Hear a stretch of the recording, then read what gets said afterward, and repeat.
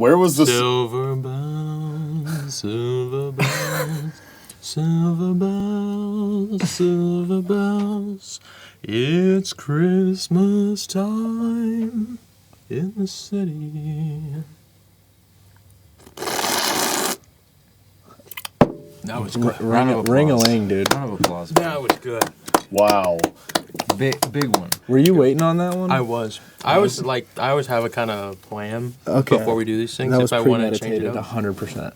Bro pre-ordered that one. Yeah, bro, I was thinking 3 days ahead of time for that one.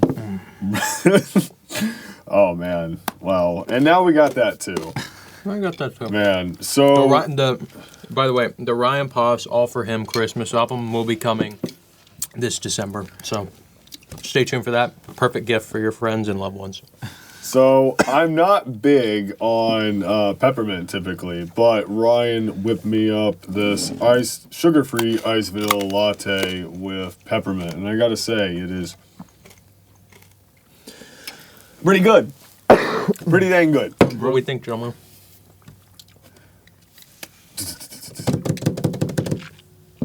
How's it, Todd? Ryan knows what he's doing. Yeah! Come on, Ryan. When you came down, when I put that coffee right there, when I set it down, what did you say? Elation. I don't know what I said. I don't know what came out of my mouth. You said something. You said A1 barbecue sauce treatment or dude. something. I said, dude, this guy's literally A1 steak sauce. Wow. Like, he's so good. Yes. Thank you. I like your little hat that you got going on. I've been waiting all year to wear this thing. Yeah. Christmas is... Well, you have to wait. Well, because people give you weird looks if you wear a Christmas hat in, like, August.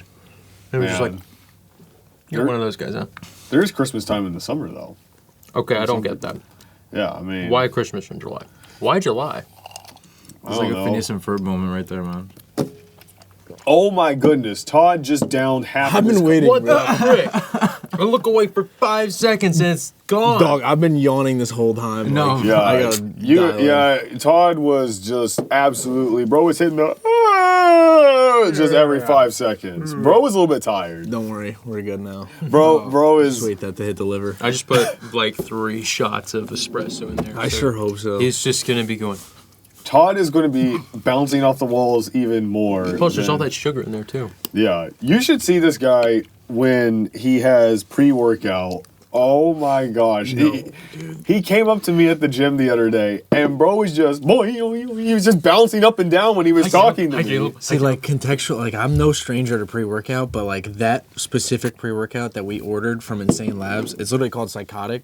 I think it's from Insane Labs. It's called Psychotic. I swear, you take that, you have Parkinson's. Like, your hands are... What? And, like, He was jittering. He was literally You know how much jittering. caffeine is in it? It's unholy. Oh, crazy. Like, I guarantee you it's like 400 a scoop. Like, Oh, my gosh. In one pre-workout, that's actually nuts. Bro, light work. Let me at it. This might be maybe $199. yeah, I was going to say, Maybe. like, this ain't hitting me like that Psychotic, but it's going to hit correctly.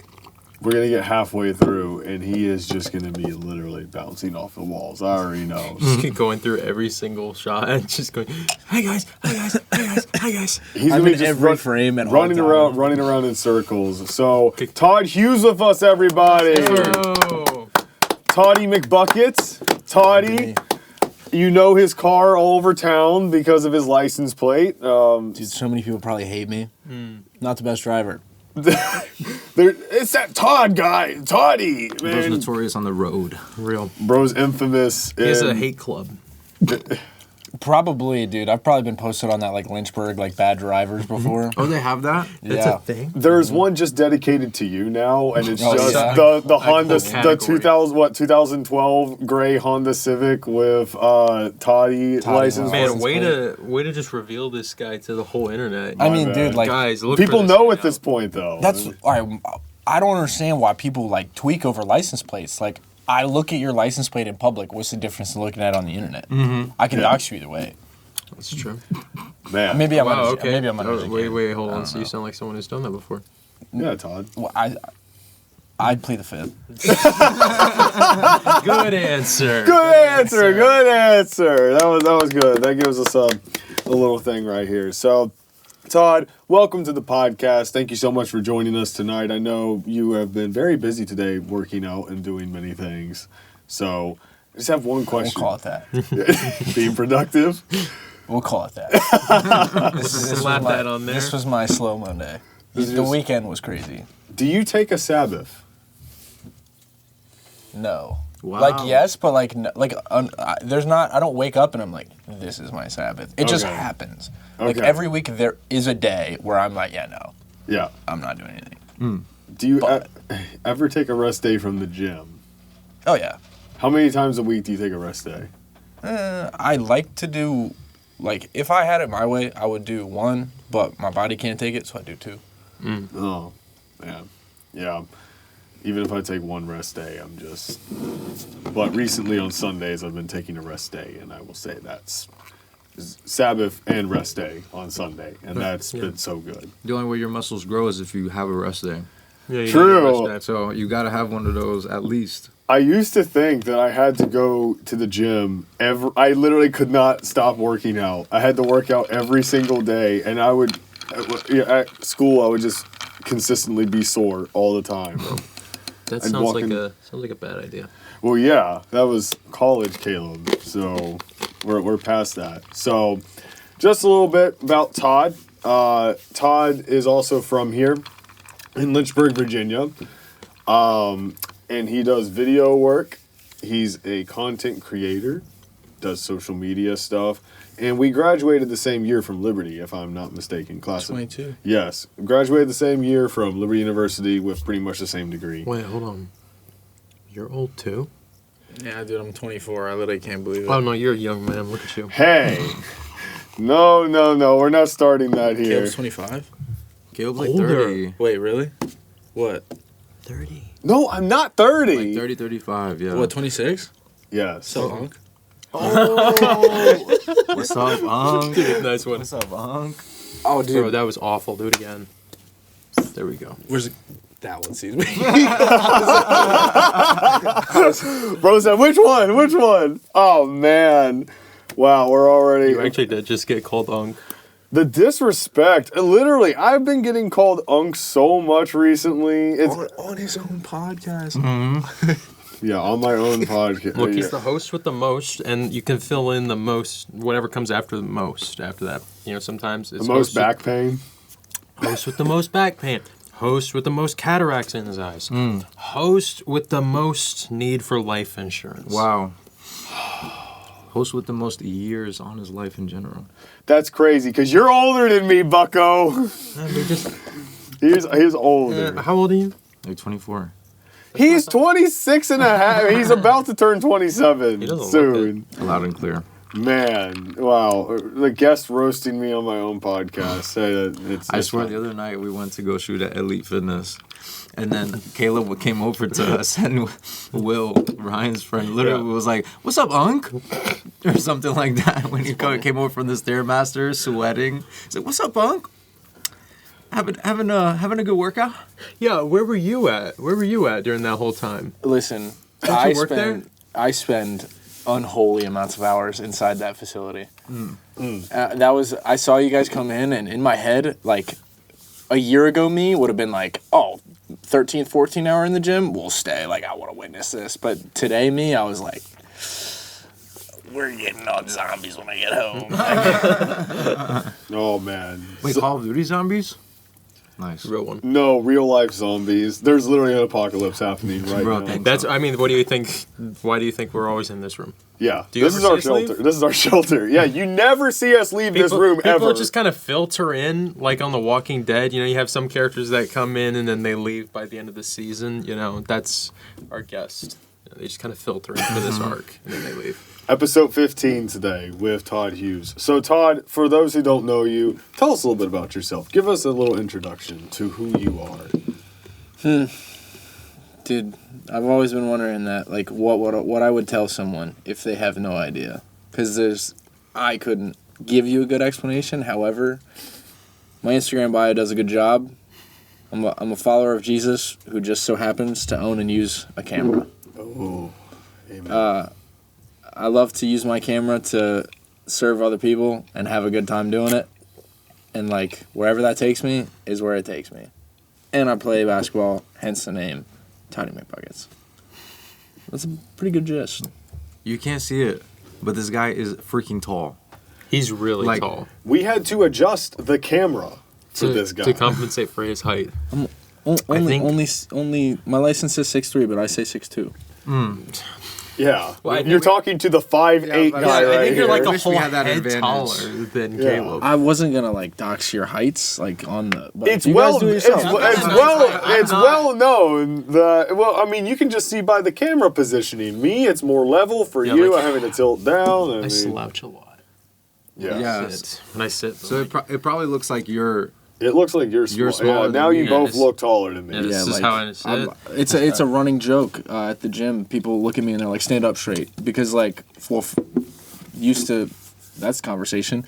Used to game professionally. Like I got that gamer neck like crazy. So like when I stand, like, shoot. And then bro transitioned to editor neck, and that's yeah, dude, it's the same thing. What's editor next? Just That's what Caleb has. Just like I don't have that anymore. do I? I sit up I don't straight think so. now. No, Yeah. there's a couple times that we've been at coffee shops and Caleb would just be like this on the computer.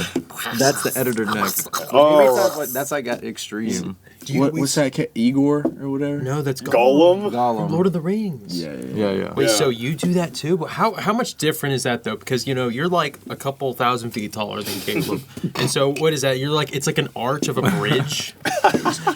We're talking about a cabin and a skyscraper. Yeah, Just two different Thanks, things. boys. Appreciate it. No, cabin's nice. Everybody loves a cabin. Yeah. True. Everybody does love. Just a cat. imagine if everywhere I went, I was like, "Hello, I'm Todd. Toddy McBuckets. My posture is fantastic right now." Like, Have you noticed? is this not like? I mean, like I know I'm commanding attention from you three. Oh, yeah, like, right, that's right. factual. Wow. You're, But I feel like I will not be looking at anything else. yeah, you're really getting my attention right now. I mean, I feel like it's just like too much because then like I don't want to like big dog you guys like too hard. Oh, Wait, no, I didn't mean. Okay. yo, I didn't know he had it like that. He Bro. does. He does. Shoot, dude. Like, No, you I'm gonna retract back into Yeah, my you gamer better. neck. Bro, back in the box. Make myself. yeah, I'm so Todd, sorry. Toddy Yeah. McBox himself. Toddy put the fries back in the bag. Used to be a fry cook. Yo, okay, Really? okay. Really? We're getting into so much lore. So what happened there? Well, high school job. My best friend at the time, his dad owned Robin Alexander Bistro in downtown Lynchburg. I wrecked my '93 Honda Civic that had 370,000 miles on it. Bro, it's brand new. If that's what your definition of new is, then yeah, it was brand new. 90s weren't that long. He was 11. And I needed money. So I walked up to his dad and I was like, "Hey, can I work at RA?" And he was like, "Sure."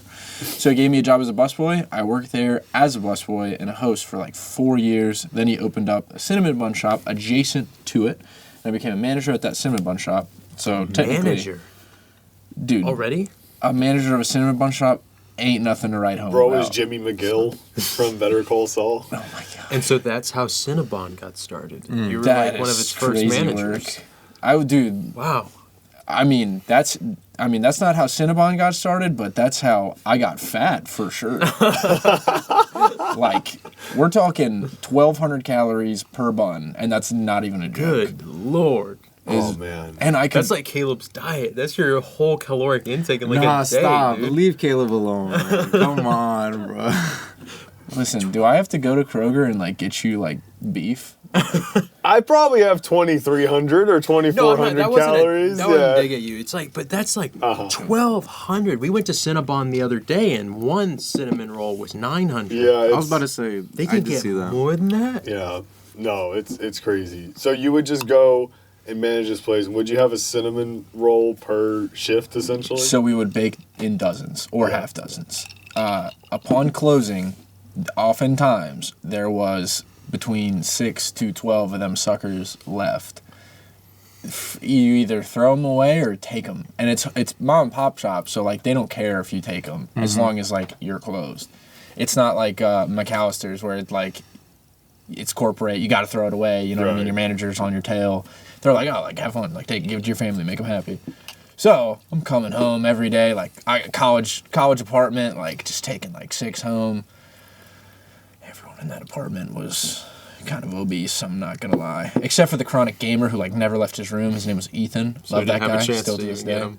Yeah, no, he like food never entered. It was like walk outside, ramen, League of Legends, and you'd never see him. That's crazy. Wow. I mean, hey, he was on a mission. He knew what he wanted. He didn't want to He's a genius. He's one of the smartest people I ever know. He's a lawyer now. Good in for him. Jacksonville. So instead of games, And- it's law. And about to have a wife. Wow. Maybe We can't make fun of him then. Oh, we can't. That guy's a genius. Love that guy. Man, shout out to Ethan. Ethan, doing the real work out here. Doing the real work. Man. So, Did they make like different types of cinnamon buns over there? Oh yeah. Cinnamon I mean, it was buns. all right, Cinnamon buns? He said cinnamon buns. cinnamon buns. Bro, just put the cinnamon in the bin. Good one, Kevin. It was all the same base bun. We had different toppings. Like you could do different icings. We had a bunch of different flavors of icings, a bunch of different toppings from like Andes mints to Oreos to whatever your heart Feel like desired. caramel. There was one that was always, we called it the lumberjack, cinnamon apples, bacon. We put some maple syrup on it. Oh cream cheese my in there. gosh, that sounds like the Sounds the amazing. maple in the sun or something Yeah, at Duck sounds Donuts. amazing. Yeah, Oh Duck my Donuts. gosh. Yeah. Wow, is this place still real? Oh yeah, It's still- literally downtown. Yeah, it's- in downtown yeah, it's Lynchburg. downtown. We might have to take a visit. Guys, it's time to have a 1,200 calorie cinnamon roll. Yeah. Hey, Maybe we can beat that. If we all 1,500? split it. As Nope. long, all you have to do is just Hands eat off. one of those cinnamon buns and just eat a bunch of chicken the rest of the There day. you go. That's all you can't eat. That's what I'm saying. That's your diet right there. Right. That's my diet, guys. my. Guys, I know how we're gonna finish out this bulking season. Oh, man. dirty. Dirty. The dirtiest. Yeah, ending the season strong right now. Dirty bulk. So, Todd, obviously you are in great shape now. What kind of motivated you to get in shape and start working Self-hatred. out? Self-hatred. Nice. That is actually real. That sounds awful coming out of my mouth. No, No, but low key, that's real. yeah, enlighten us. Why did you have a lot of self-hate? I said the initial gained weight was the cinnamon buns. That's not true. The first time I ever gained weight, I've never spoken about this publicly, but like people know, but it's also almost 10 years ago, so like it's okay, and I highly doubt anybody involved will ever see this.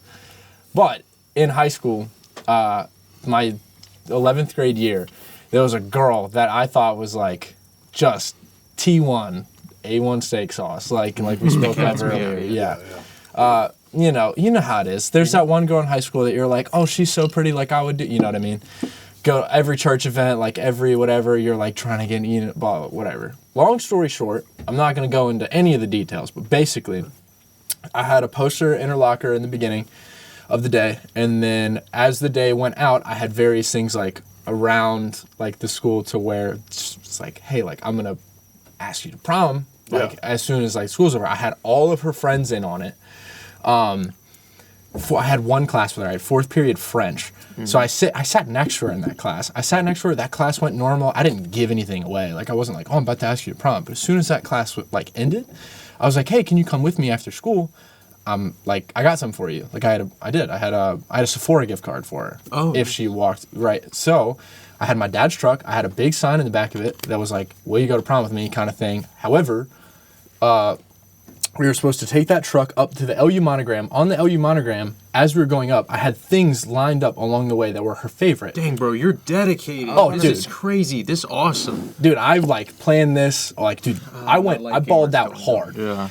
7th period comes around. There's only 7 periods at LCA in the day. Yep. I was in my finance class, and that my finance class was in the 2nd floor of the building. However, this is the one day of the whole year in which the class is held in the library downstairs. So, in order to come find me, like, you'd have to know that. So someone in my class would have to tell you. Right. We're down there. All of a sudden, 7th period rolls around. Like, I'm like, oh, I'm getting so close to asking her. But here's the thing. She's a 10th grader. So she wasn't going to prom with anyone else because 10th graders don't go to prom. However, as an 11th grader, you can ask a 10th grader. So in my head, I'm like, she's going to say yes no matter what. Because, like, what does it matter? Even if she's like, oh, I don't like you, but I'll still go with you because we're friends. Because we were friends. Like, that was real. Mm-hmm.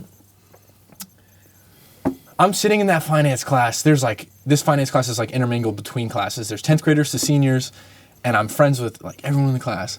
In comes the only friend of hers that I didn't plan it with. She walks in and goes, is Todd Hughes in this class? And I was like, what's up? I'm not gonna dox her name or anything, but she was like, Todd Hughes' class. I was like, yeah, what's up? And she goes, yeah, doesn't want to go to prom with you. You shouldn't ask her. And then everyone was like, the two guys next to me were like, oh, like hit me, like that's so funny, like And then like my teacher was like, get out, like tell her name, like get out of the class, like that's so disrespectful. And then she was like, yeah, I don't know why you ever thought you had a chance. And then like walked out. And I was like, what's up, Frick? I was like, I'm sitting there like red face, like dude, what? Like everyone's like dying laughing, and there's windows at LCA. There's windows where you can see out of the library to the front of the school. I look to my left, no joke, see the girl I was gonna ask and one of the girls that I planned it with, crying, laughing, looking inside, and then they like ran and then they both left. So there was no like talking to her afterwards. And I literally had to sit there for the rest of the period. Man, they didn't even do it at the end. They just did it at the beginning. Right, so like all my money of whatever I spent wasted, my plan wasted, like all of it, like just. And the guys next to you, are they like your friends? They were like, you know, high school like guy friends, but not like actual friends. It was like, but point being, like, I got home from school that day and I was just like, I skipped whatever I had. I forgot. I don't even know what I had after school. I literally just, no joke, sat in my room and stared at the wall for like 6 hours. I had no idea what happened. And then I sent her a text and I was like, what? Kind of thing. Like it was a paragraph, but basically the consensus of the text was, what? I got no response. So then I go to school the next day and I don't see her until that fourth period. I walk into my fourth period class. She is sitting on the opposite side of the room, away from me. She asked the teacher to move. And then, so context, 10th grade, I had broken my ankle and I like didn't make the basketball team because of the fact that I broke my ankle before tryouts. So I was the manager. She walks up and she was like, what's up? Want to be a basketball player? And I was like, that is wait, it. She said that I was like, Dude, that, was she like always this mean, or is this like a new thing? No, she just kind of like takes off her mask bro, like Scooby-Doo. I'm so serious. Like she always joked with me, but I was like, dude, this is crazy. So, long story short, the end of the year, as we go throughout the year, coincidentally, this is when my mom for Christmas bought me the Black Ops 3 edition of the PS4. Great mom. Yeah. Facts. Amen. My mom's amazing. I would go home and I would not talk to, because like all my friends played sports. So the fact that I didn't play basketball that year, naturally I was not ousted from my friend group, but they're just not around me as much. Right. They're not talking to me as much because I'm not playing sports. And then I became a laughingstock because that rejection was so public. So I would go home every day. And I didn't have internet I live in Amherst, big farm. No internet. The only internet I had was a phone hotspot that was only fast enough to play online in the middle of the night. So I would get home from school, I would sleep a little bit, I would wake up and I, no joke, would shoot 2,000 to 6,000 bots a day. I would just shoot bots because I found like the gaming was the only way I could like not just feel like what I felt from that. Throughout the end of the year, I gained 60 pounds because I was just gaming all the time. Plus, at night, that would be when my friends are playing, and that was the only time I felt like I could connect with them. Right. Because over the game was like the only medium in which we still had some form of respect because I was on their par and whatnot. My superintendent, Mr. Hoderbrand, I love him. I still see him every single LCA game that I go and film. They called me into the office and because they thought I was suicidal. Oh my god! I was never even close. I can totally see why they thought that, because I literally would show up to class. That fourth period class was literally hellacious for the rest of the year. Like I would show up. I'm dead serious. I would sleep. Like I would legit just like sleep in that class, or I would just like be so lethargic and like trolly. Mrs. Campbell hated me. Like I would just shout out Miss Campbell for putting up with Todd. Hey, he was going through a tough time. He was going through a tough time. Yeah, you know how it would be. It was certainly something. But like looking back on it, it's like, oh, it really wasn't that big of a deal. Like, but at that point in time, that's pretty tough. I was about to say. I was gonna say I've got some bad stories from high school, but getting called out in the middle of class in front of everybody, so cinematically too, with her literally, just outside the window watching it and laughing, that's pretty bad. Was there ever an explanation of why all this happened? So, like, I never, like, pressed her on it, but, like, a year passed, and like so Sam Schubert, Reese Brooks, and a couple other of my friends from high school knew the kind of like like they saw me like devolve basically. Yeah, devolve would be a good word. And they were kind of like, hey buddy, like we love you. Like Sam hit me up and he was like, hey man, we're gonna go to the Y every day after school. Oh wow. And Reese would sometimes join us, and like they were like there for me. Like because I didn't end up playing basketball after that. I gained so much weight. Therefore, like I pretty much quit like everything. I literally stopped caring about the majority of everything aside from Call of Duty, because I had so much fun, but I didn't know there was anything to do with like, oh, context. I guess nobody knows. I used to play Call of Duty at a semi-professional level. There's context. But at that point in time, I didn't know anything about competitive Call of Duty. One night in the summer, I met someone who was playing what was called back in the day, which doesn't exist anymore, a game battles match, which was an entry-level Call of Duty match. And I played it, and I was like, you're telling me I can get in custom games and play this game competitively? And then I started to YouTube the old competitive scene and everything, and I was like, oh my gosh, you can get fame and money you can turn this into a career. I was like, these two thumbs are pretty daggone good at what they do. Like, I might have my hand in this. Granted, there was an age limit at that time. You had to be 18. I was 15. It was Black Ops 3, 2015 and 16. Years. No, 15. 14, 15 was AW. 15, 16 was BO3. Yes. 16, 17 was IW. And did you upgrade the internet? Or is it still the hotspot? I had to wait till I moved. So like that one best friend that RA Bistro owner, his dad, I would bum, his parents were divorced, and I would bum off of his mom's internet. We would sit there. A true Black Ops player. I would bring my PS4 and my monitor down into her basement, like, and we would hang out all the time. And like me and him would play game battles. Granted, I outgrew him very quick. He could not keep up with me, unfortunately. Slight flex. Hey. You gotta take what you can get, bro. Take what you can get. But that's how I started to get into competitive gaming. And as I went through my senior year just kind of came and went because I didn't play basketball. I did try to play basketball, but like I said, Sam was looking out for me, would go to the Y. They kind of roped me back in. I did end up losing some of that weight that I gained. I did get kind of my personhood back, but to wrap it back into what you were initially talking about, because you asked if we ever got any kind of closure on that from her, we went to Vegas or Los Angeles. I think it was Los Angeles. Was our senior What? Our senior mission trip. Oh, mission trip. Yeah, Okay, yeah. I was your senior trip is to Los Angeles. I was just gonna go there. No, our senior, like the seniors got to go to the Los Angeles for our mission trip. Yeah. And on that mission trip, I joked with her. I was like, I would make like subtle jokes of like her being like the devil for what she did to me, like not gracious, actually, yeah. like I was just like, oh, like you have no heart, like kind of thing, like little jabs like here and there, and she would like throw them back. So I never really got like a why she did it or anything, but it just kind of like fizzled out and became like something we poked jabs at each other for. Yeah. She's got a great life now, married, kid, like. I think I don't keep tabs on her. No, not that I don't care, but like Yeah. We get it.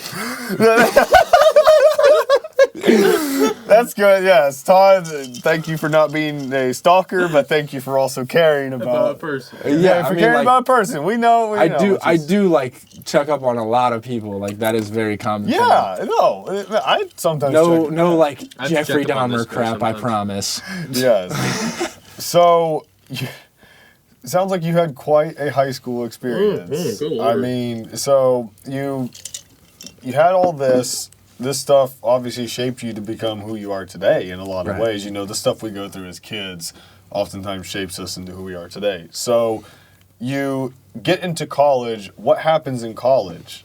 Remember that one roommate that I was saying that like kind of just ramen League of Legends? Yeah. He was disgusting at CS. I'm not joking. That guy was like, well, he was global elite, being like the top rank.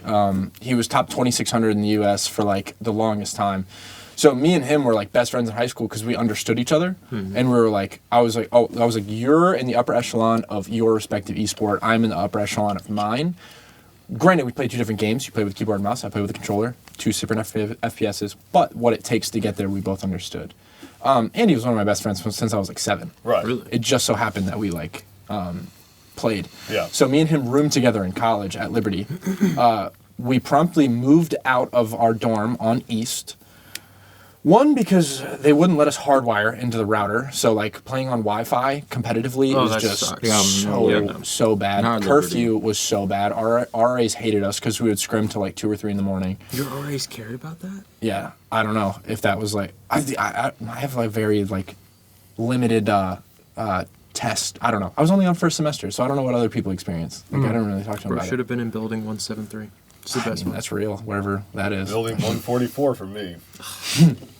But I moved into an apartment shortly after that because I was like, I need my freedom from that. And also, one of our roommates like was a crash out. Like, I literally don't know what that guy could possibly be up to other than potentially in jail right now. But like, I get home from class one day, and I'm not joking you. Instead of where our couch, like like the couches they give you, and the coffee table in the middle, the couches are folded upwards against the wall. The table and like it's all stacked against the wall. Like we're getting ready to move out, and there is nothing else in the room but a anvil in the middle of the room. Just in the room. What is he doing? What is he about to forge the freaking Iron suit? Dude, I don't know. Bro's about to do blacksmithing 202. He's playing Minecraft IRL. He's going, Is that a course at Liberty? No, I have no idea. I have no idea. He was an odd fellow. He came home. He came into his apartment with his girlfriend, and that's like not allowed, right? At Liberty, like No, not unless no, they're. it is. No, it's open dorms. But it wasn't open. Okay, so that's what it was. It wasn't open dorm, so we were all kind of like, I mean, we don't care, but like, we're gonna get in trouble. What are you doing? Yeah. And they like just, I just started working around the anvil. Like, I don't know. I didn't care. I was like, dude, this is so weird. I'm just locking myself in my room. So me and Ethan we locked ourselves in a room and like, just let them have their fun with the anvil. And then like the room was back to normal by the time we woke up the next morning. That's good. But he came in a week later, like with the DUI, and he was like, yeah, hey guys, like I can you guys help me with, can you tell you know you have to like check in at Convo or whatever? Yeah. He tried to like fake that with us. He would be like, hey, like tell the RRA like that I'm on the way and to check me off, kind of thing. And I'd be like, no, like. No, they have to see you. Yeah, exactly. That's what I'm saying. I'm like, dude, first of all, like, basically just crash out, whatever. So I moved out as quickly as I possibly could. Where'd you go from there? Behind Walmart in those like the View apartments or whatever. Oh, yeah. They're sick. Yeah. They were, except the townhouse that was next to mine was like the Liberty Party townhouse.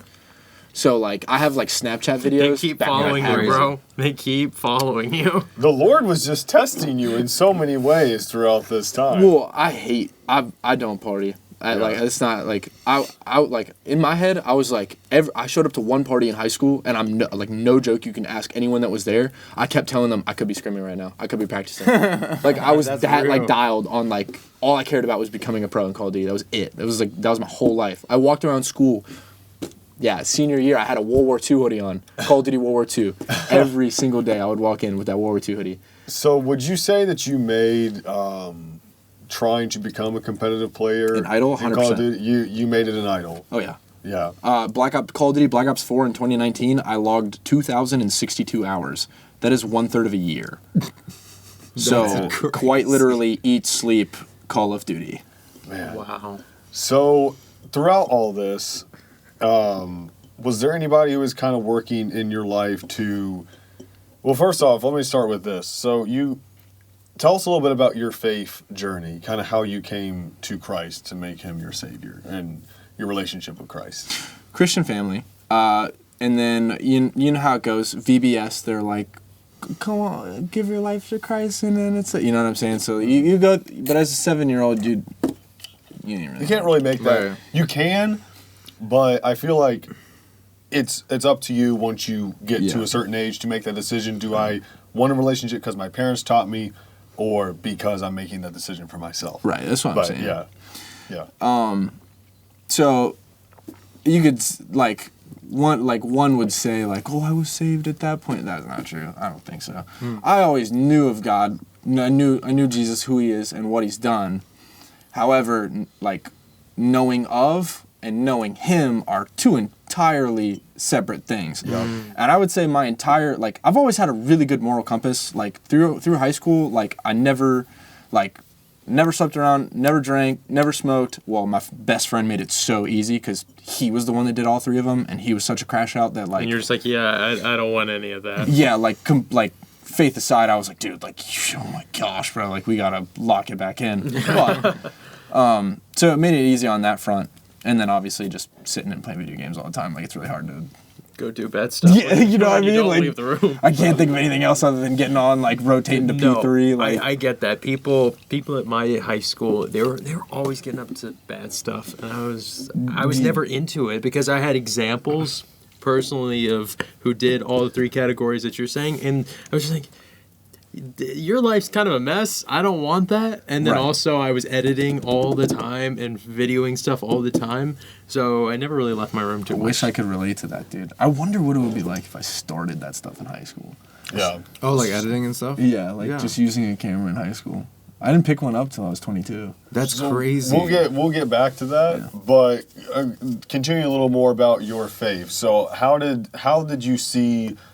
you kind of come to that decision for yourself beyond the stuff at VBS? So I would say, like, my 11th grade teacher, Mr. Morris, my Bible teacher, and then, like, between him and my senior Bible teacher, Mr. Highland.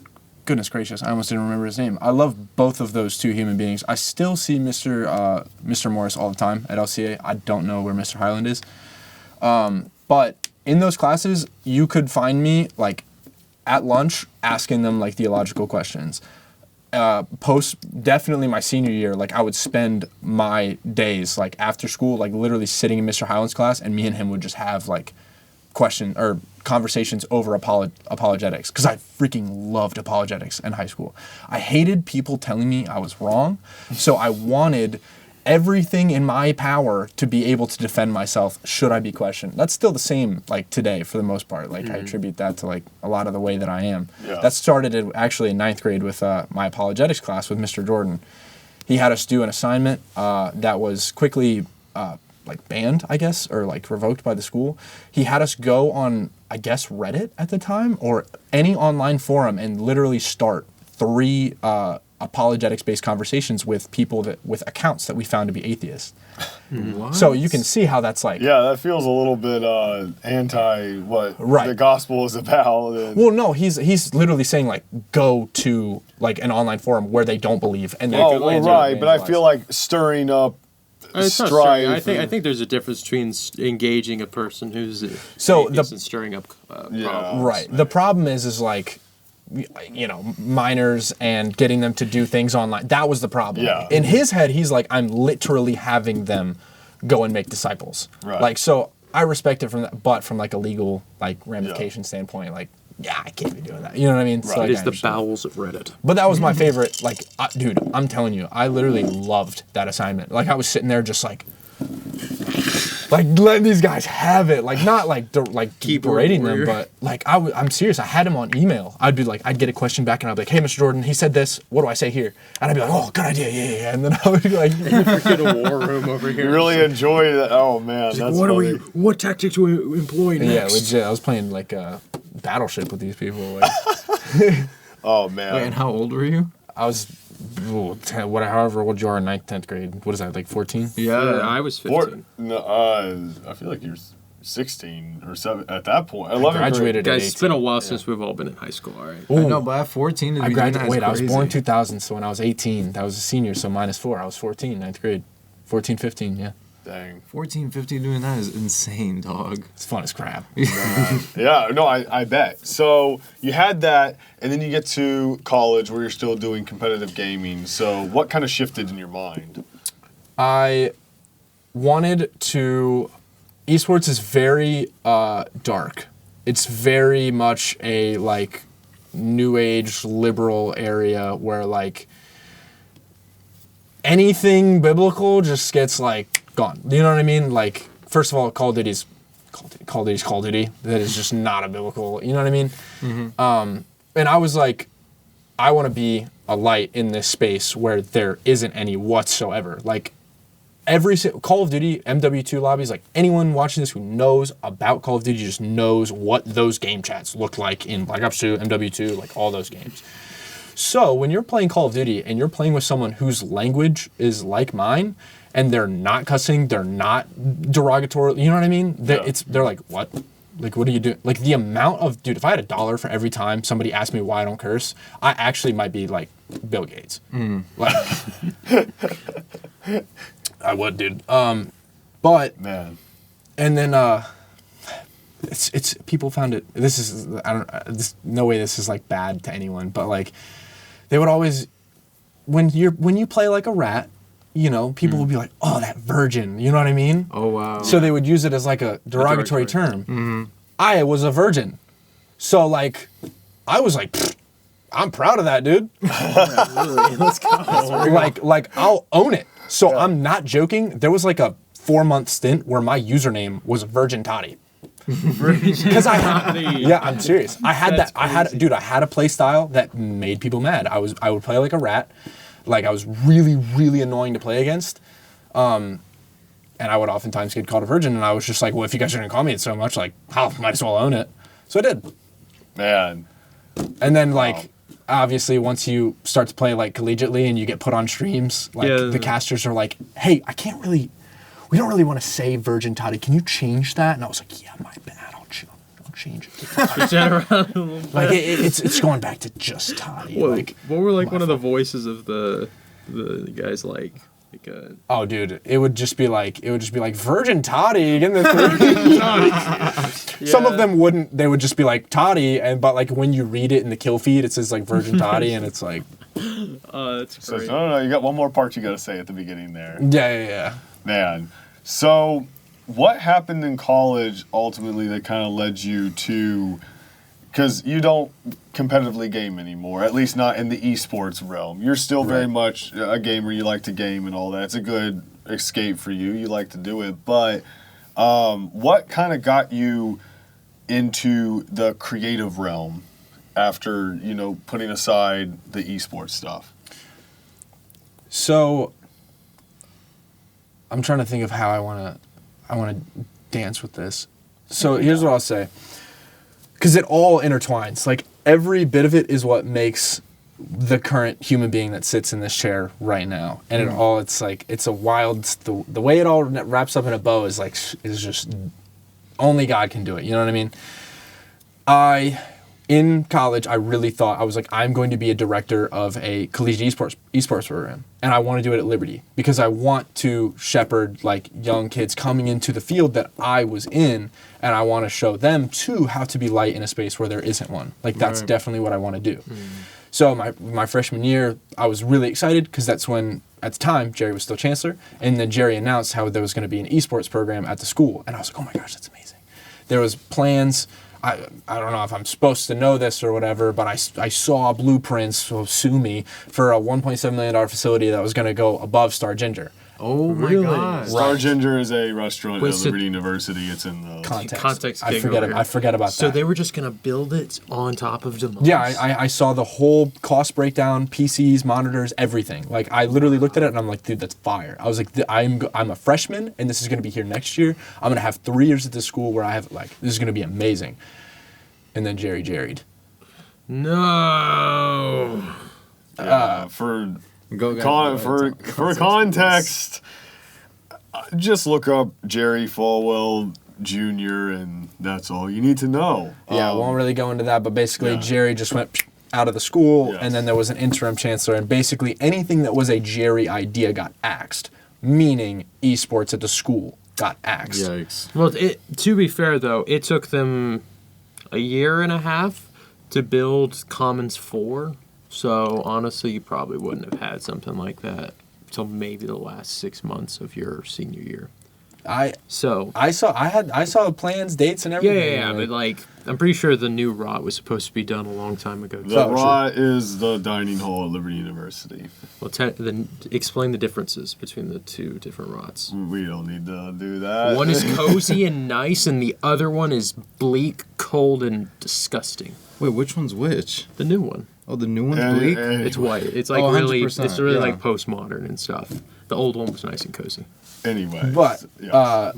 so I really thought that's what I was going to do. I was like, this is 100%, like, I think this is where God wants me, and what I think doesn't matter to him, clearly, and obviously, rightfully so. Like, it shouldn't. Like, Right. He's literally God. He's the one that created all of us, therefore, his will, not mine.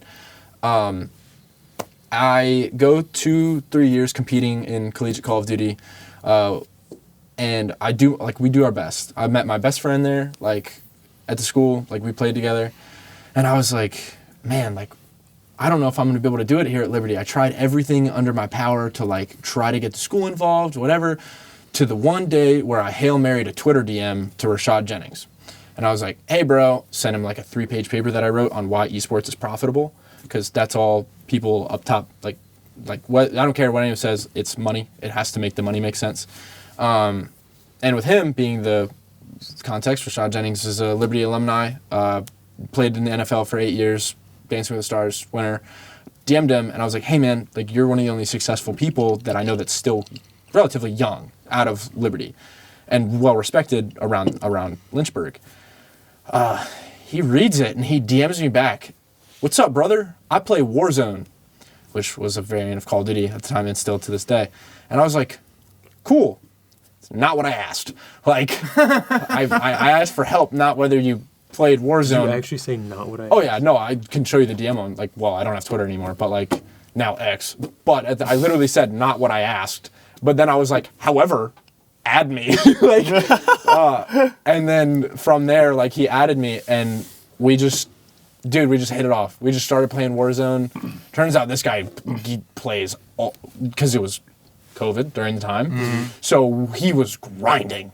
Like, every night, like, 6 to 8 hours, like, playing Warzone. I was right there with him. Like, we were just playing Warzone. Wow. So, like, this fat kid that played Call of Duty collegiately at Liberty just ended up just randomly playing Call of Duty with this ex-NFL player, hometown hero type deal. And I was like, I thought I was him. I thought I was on top of the world. I'm like, oh, this is so awesome. Because at the time, Rashad was flying me out to Los Angeles and Vegas, which was coincidentally how I met Steven. That is the whole reason. Rashad is the reason I met Steven. Yep. And me and Rashad, kind of after a year, we're like, you know what we're going to do? We're going to start the first biblically backed esports organization. Long story short, we went through, it just didn't work. We won't get into the long story because it really doesn't benefit anyone. It just didn't work. Me and Rashad kind of went our separate ways. However, I attribute that failure to the way that I treat and handle everything that I do right now. And without me failing that relationship with him and also everything that I did, I wouldn't have, like, the wherewithal and experience that I do to handle every camera job I get, any relationship I get right now. Like, what I thought at my time was, like, the biggest failure ever, because I was getting made fun of. They were like, wow, you got an NFL player on your side and you still can't succeed? Like, there was a point in time where I literally was, like, so deep down in the dumps because, like, in my ear constantly was how much I was blessed and I still wasn't able to succeed. That's a botched way of explaining it. That's crazy. Yeah. And to loop it back to your initial point, because you said, I remember you ever so gracefully complimented my current looks. You were like, so what brought that about? So after that happened, I hit up my good buddy Mitchell, and then Mitchell Wilson. Yep. Shout out Mitchell. Love that guy. Yep, great guy. About to be my roommate. And he got me back in the gym, and coincidentally, to also tie it back into faith, I missed the whole Oklahoma chapter, but if we touch that, we touch it. We don't, we don't. When I got back and I hit up Mitchell, I think that was the turning point where I was like, I know a lot about God, but I don't know him. Because I didn't have discipline within myself, and that was evident physically. Like, physically, you could look at me, and I look like the Pillsbury Doughboy. So, like... No, but that's raw. That's yeah. Yeah, it's good that you were self-aware enough to recognize that. Right. And because I lacked the discipline in order to, manage my diet, actually lift... We're not going to talk about my current diet. That's not like... Not relevant. At least you have one. There's not a lot of people that have one. Fair point. Yeah, true. Fair point. Yeah.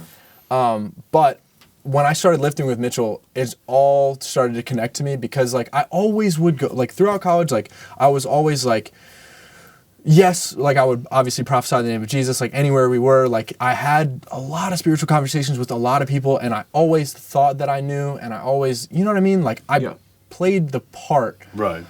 But it wasn't really until like I hit that point of like, I have failed everywhere. Like I failed with Rashad. I went to, all right, well, here's a little context. Oklahoma, I was there to coach esports my last time. It was my last shot at esports my senior year. Or actually not my senior, post-senior year, I was getting my master's. They were paying for my master's. I moved out to Oklahoma. Won't go into that crazy story. But I failed there too. So I've got 2 crazy opportunities where the majority of stuff was paid for me in esports, and that failed, and I drove 17 hours one night back to Virginia and back into my mom's basement as a 23-year-old or 22-year-old, and I was like, what the heck is my life? Like, esports completely failed. I have no other talent. I have no other anything. Like, what am I supposed to do? And that was coincidentally when I reached out to Mitchell, and I was like, hey, like, I feel like the gym's kind of the place where I'm going to like start to make a turn in my life. Do you want me to get into like how that got into the camera? Okay. This is a free, open conversation place. Rashad bought me a camera while we were together. It was either Rashad or one of his friends. Either way, I had a camera, and it was a little Sony ZV-10, and I had no idea what I was doing with it. However, he wanted me to take pictures and videos for him and his wife, or at the time, girlfriend. And I tried, but like I didn't know what the heck I was doing. However, I found it fun. But it was always something that I had, and it sat in the back pocket, and I never really did. The only time I ever pulled it out was when we wanted to make like a YouTube video, like tried to be like FaZe Clan or 100 Thieves and make these videos for the organization that we were trying to start. So that was the extent of me trying to learn how to use a camera or edit or anything like that. And I did the same thing in Oklahoma. I made little YouTube videos, like tried to make like player interviews and whatnot. None of it was good. Like it was always like a secondary thing. But when I got to the gym with Mitchell, I still had that camera. And then I started to like just film Mitchell in the gym. Like, cause I was like, man, I really want to make Mitch look cool. Like he's basically giving me like free personal training. Cause at the time Mitchell was diced, like I'm telling you, that dude was a Greek god, and he was he still is. Yeah, still is. Yeah, still absolutely handsome. Like, pause, but like, he just he was the man, and I was like, dude, this guy's helping me out. Like, I gotta help him out. And at the time, he was a little more vain than he is now. So I was like, he wants pictures of himself, like good pictures, good videos made. So I took that camera and I started to have fun with it, and I was like, wait, low key, like. I like this, and I want to keep doing it. So I convinced my mom. I was like, hey, like, I really think I can make something out of this if I keep doing it. So I was like, Mom, can we do an Amazon payment plan for a Sony A7 IV? So I get rid of that little ZV-10, and I get an A7 IV on a payment plan. And then you can go back on my Instagram. There's a video from Kinetics, and it was like one of my first videos of Mitchell that I ever made. And that was the first video of him deadlifting where I was like, wait. I can be good at this. Like, I have no idea what I'm doing, but like, if I keep doing it, I can actually invest in this. So we lifted at Kinetics for a little bit, and then March 14th of 2023 was the day that me and Mitchell decided to get an Elite Fitness membership. And that was the day my life completely like flipped, because me and Mitch had a community at Kinetics. But as soon as we stepped foot in Elite, we just knew, like, oh, this is where we were meant to be. It's a special gym. Just getting there, like, meeting, like, I could go down the list. Like, I'm not gonna. There's gonna be way too many people that'd be like, why don't you say my name? Like, you know what I mean? Yeah, just all the great people at Elite 24/7. Right. Yeah. That's a good list. Shout out. That, like, if I could. I mean, it is on my page, like a picture of what I looked like that day when I first walked into that gym versus like me now. It's ridiculous, the difference that gym has made in my life. And I don't, like, obviously I attribute it to the, like, that's nice equipment, like, duh. But if it wasn't for like every human being that I met that played a role, whether it be a friendship, whether it be someone mentoring me how to lift a proper lift, like anything like that. And I don't know if you guys have been like at the gym like in the middle of the night and lifted, but there's at one point, like for months, there was like a community that would lift at night. like Sam, Cristiano, all the people. And I'm not joking. It would be Bible studies, like in the middle of the gym. I'm so serious. Dang, really? Yeah, like I could pull up security footage when it was like a circle in which like we would like sit there and like I was only ever a part of like one or two, but I knew it would happen. Yeah. And it's still just that like infectious like community there. Like that's just so cool. Like what gym are you like seeing that happen? Like at a 24/7 gym. Like just naturally, it wasn't even like oh guys, we're gonna start a Bible study and it's gonna be at midnight. Yeah, they no, just started it. Legit. Just to give some context, Elite 24/7 Fitness is the gym that we all go to. Todd and I literally joined it pretty much at the same time, roughly the same time, and it is a Christian-owned, Christ-following. The owners are Christ followers, and a lot of people who go there are Christ followers too. They attend Liberty University in Lynchburg, which is a Christian school, and it's just a great community of people at that gym. So, just wanted to give some context for everybody. Yeah, so it's crazy how a camera in the gym changed your life, and it also changed, obviously. You decided to take better care of yourself, be disciplined, right? And you join a gym, and then at that same place, you get the opportunity to start creating, and you have an arena to learn in, right? So you're getting just so many ways to just learn and grow in that arena, which is so cool. So, talk a little bit about becoming the content creator for this gym.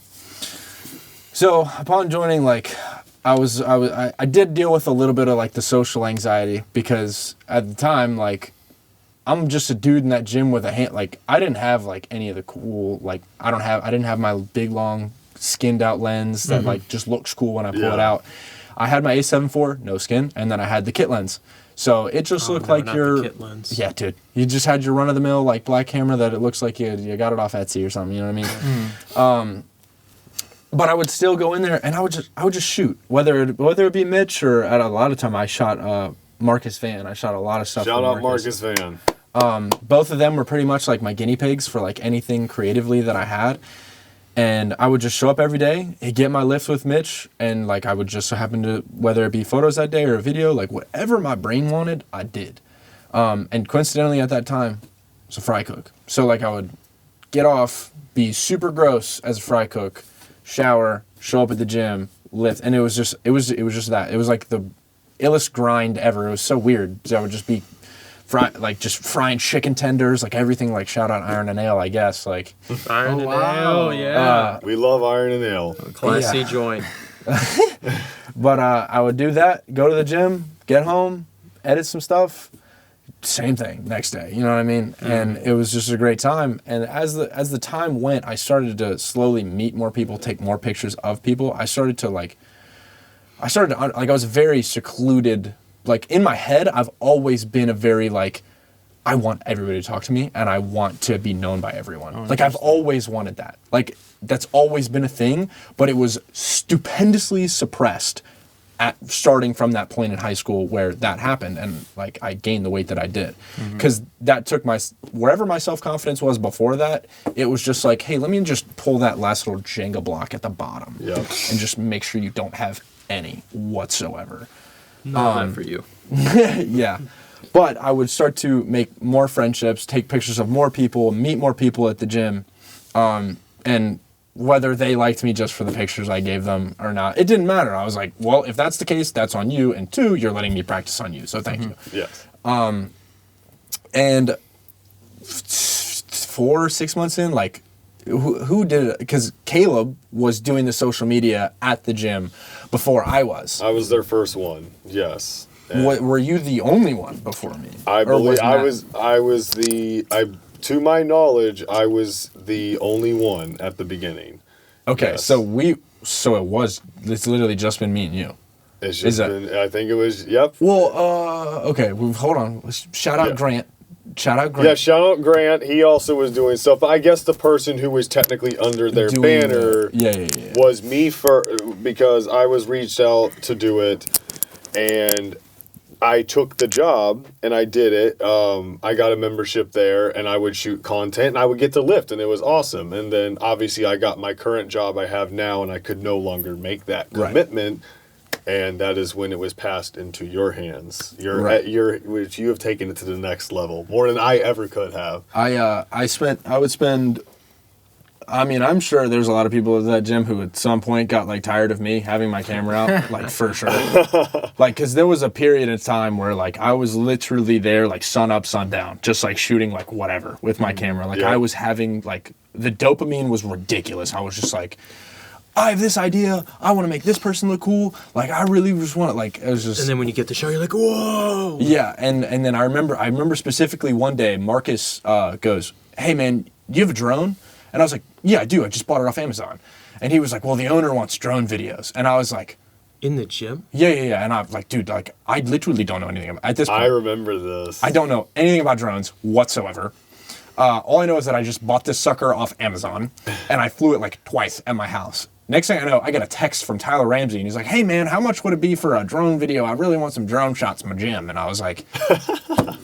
Guess we're flying a drone in a gym. I was like, give me a free membership and we're good. The negotiator. I go in there, my hands are like, and I'm like flying the drone, dude. Like everyone's like, what is going on? Like, but I did it. I got the drone shots. And it looked awesome. I still remember that footage. Yeah, those are some. And then the picture. I came in later that night because I was like, wait, I want empty photos from like high up of the gym. So I went in at like 2 a.m. and I got empty shots of the gym. And like, I remember like the impression that those photos made on him. He was like, yeah. And then I remember the next day, Marcus came up to me and he was like, don't be surprised if Tyler starts asking you for everything. And then Tyler started asking me for everything. To which I said no. Like I did, like seriously. Because at the time I didn't have confidence in what I did. And I viewed the Elite Fitness page as like, everyone in Lynchburg saw it, like all the above. I'm like, bro, like my work's like not that good. Like I don't want that stress. Like I don't, you know what I mean? Like I wasn't confident in my work whatsoever.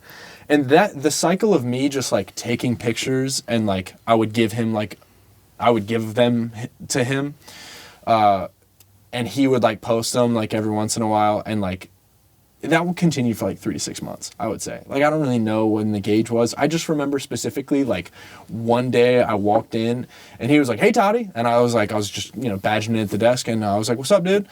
He was like, what you hitting today? I was like, whatever. And then he looks at me as I'm turning the corner. He's like, when are you going to start running my Instagram? And I was like, I, like, took a step back. I was like, never.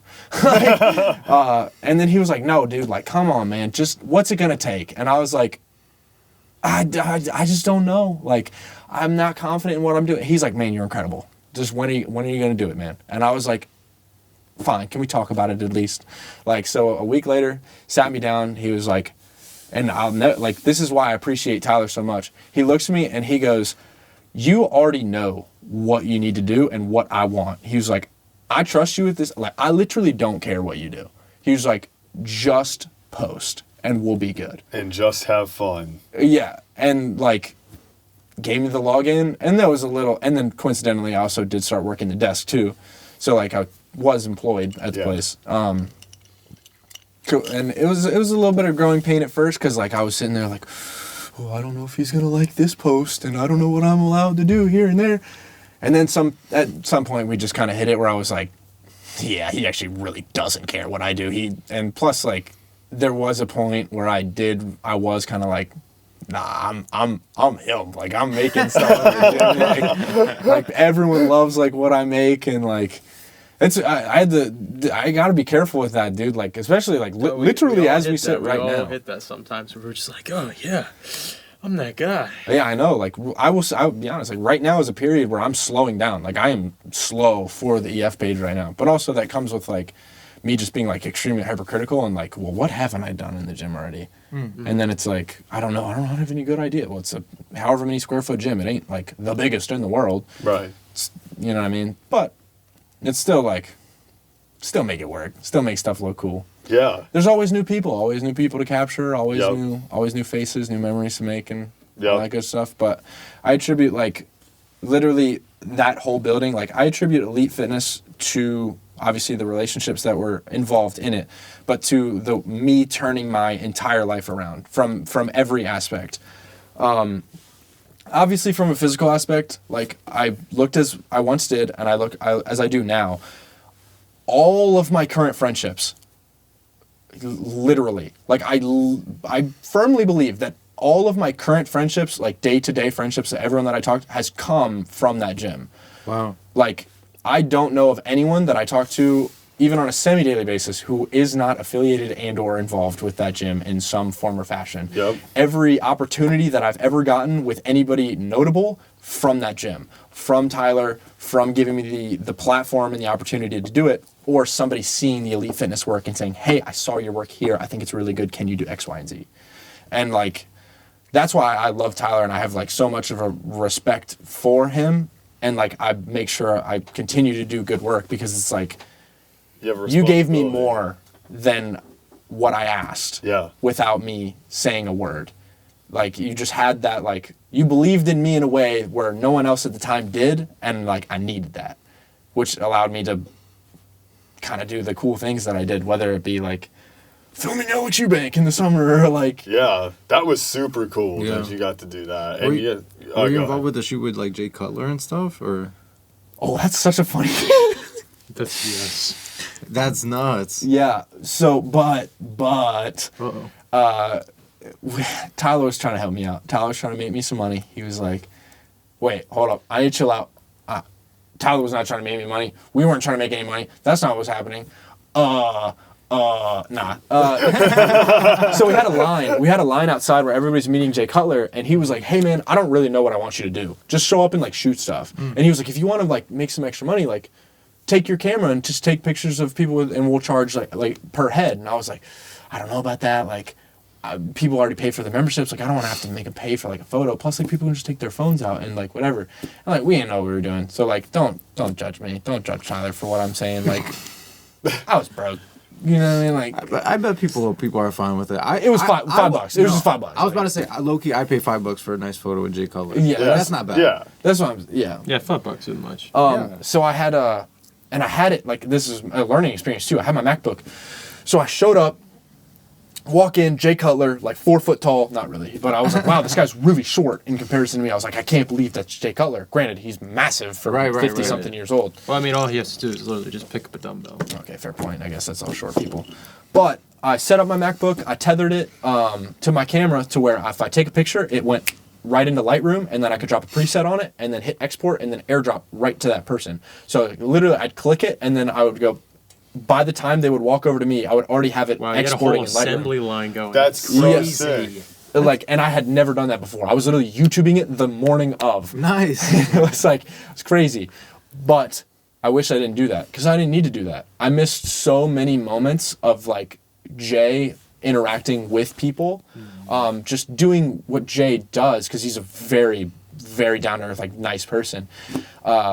I missed it all because I was just sitting there clicking pictures. You know what I mean? Like, and granted, people appreciated those pictures, but I wish that I would have had more for like capturing the memory of Jay Cutler being there. And then Jay lifted afterwards, and I forgot to turn my camera off 1080-30, and like all that footage is so boof. There's like one clip of Jay Cutler that's on the TVs there, and like if you look at it, you're like, oh, but it's still Jay Cutler, so it's like. Oh man! Listen, I know which clip you're talking. I know which clip you're talking about. I didn't know what I was very much doing then. I've improved a lot since. Caleb, did you just look at that? You're like, that looks like. I looked up at it. 30. I literally looked up and I said, "That's 30 frames," and went back to my list.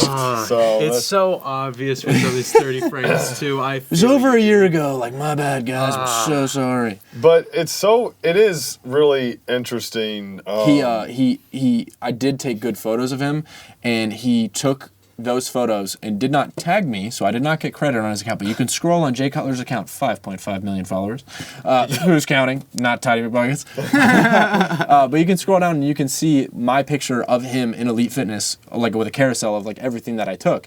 And I remember getting that notification that somebody sent. He goes, bro, he posted your pictures, and I'm on the fry line at Iron and Ale, and I literally like looked at my phone and I was like, oh my gosh. I literally was like, look, that's my picture. Like, that is my picture. I am a fry cook. I would like the harsh reality of like, Stop that. I'm a fry cook. yeah, like I was like, I reality just took set Jay in. Cutler's photos that he posted to 5.5 million people and I'm dropping chicken tenders in canola oil. Like, what?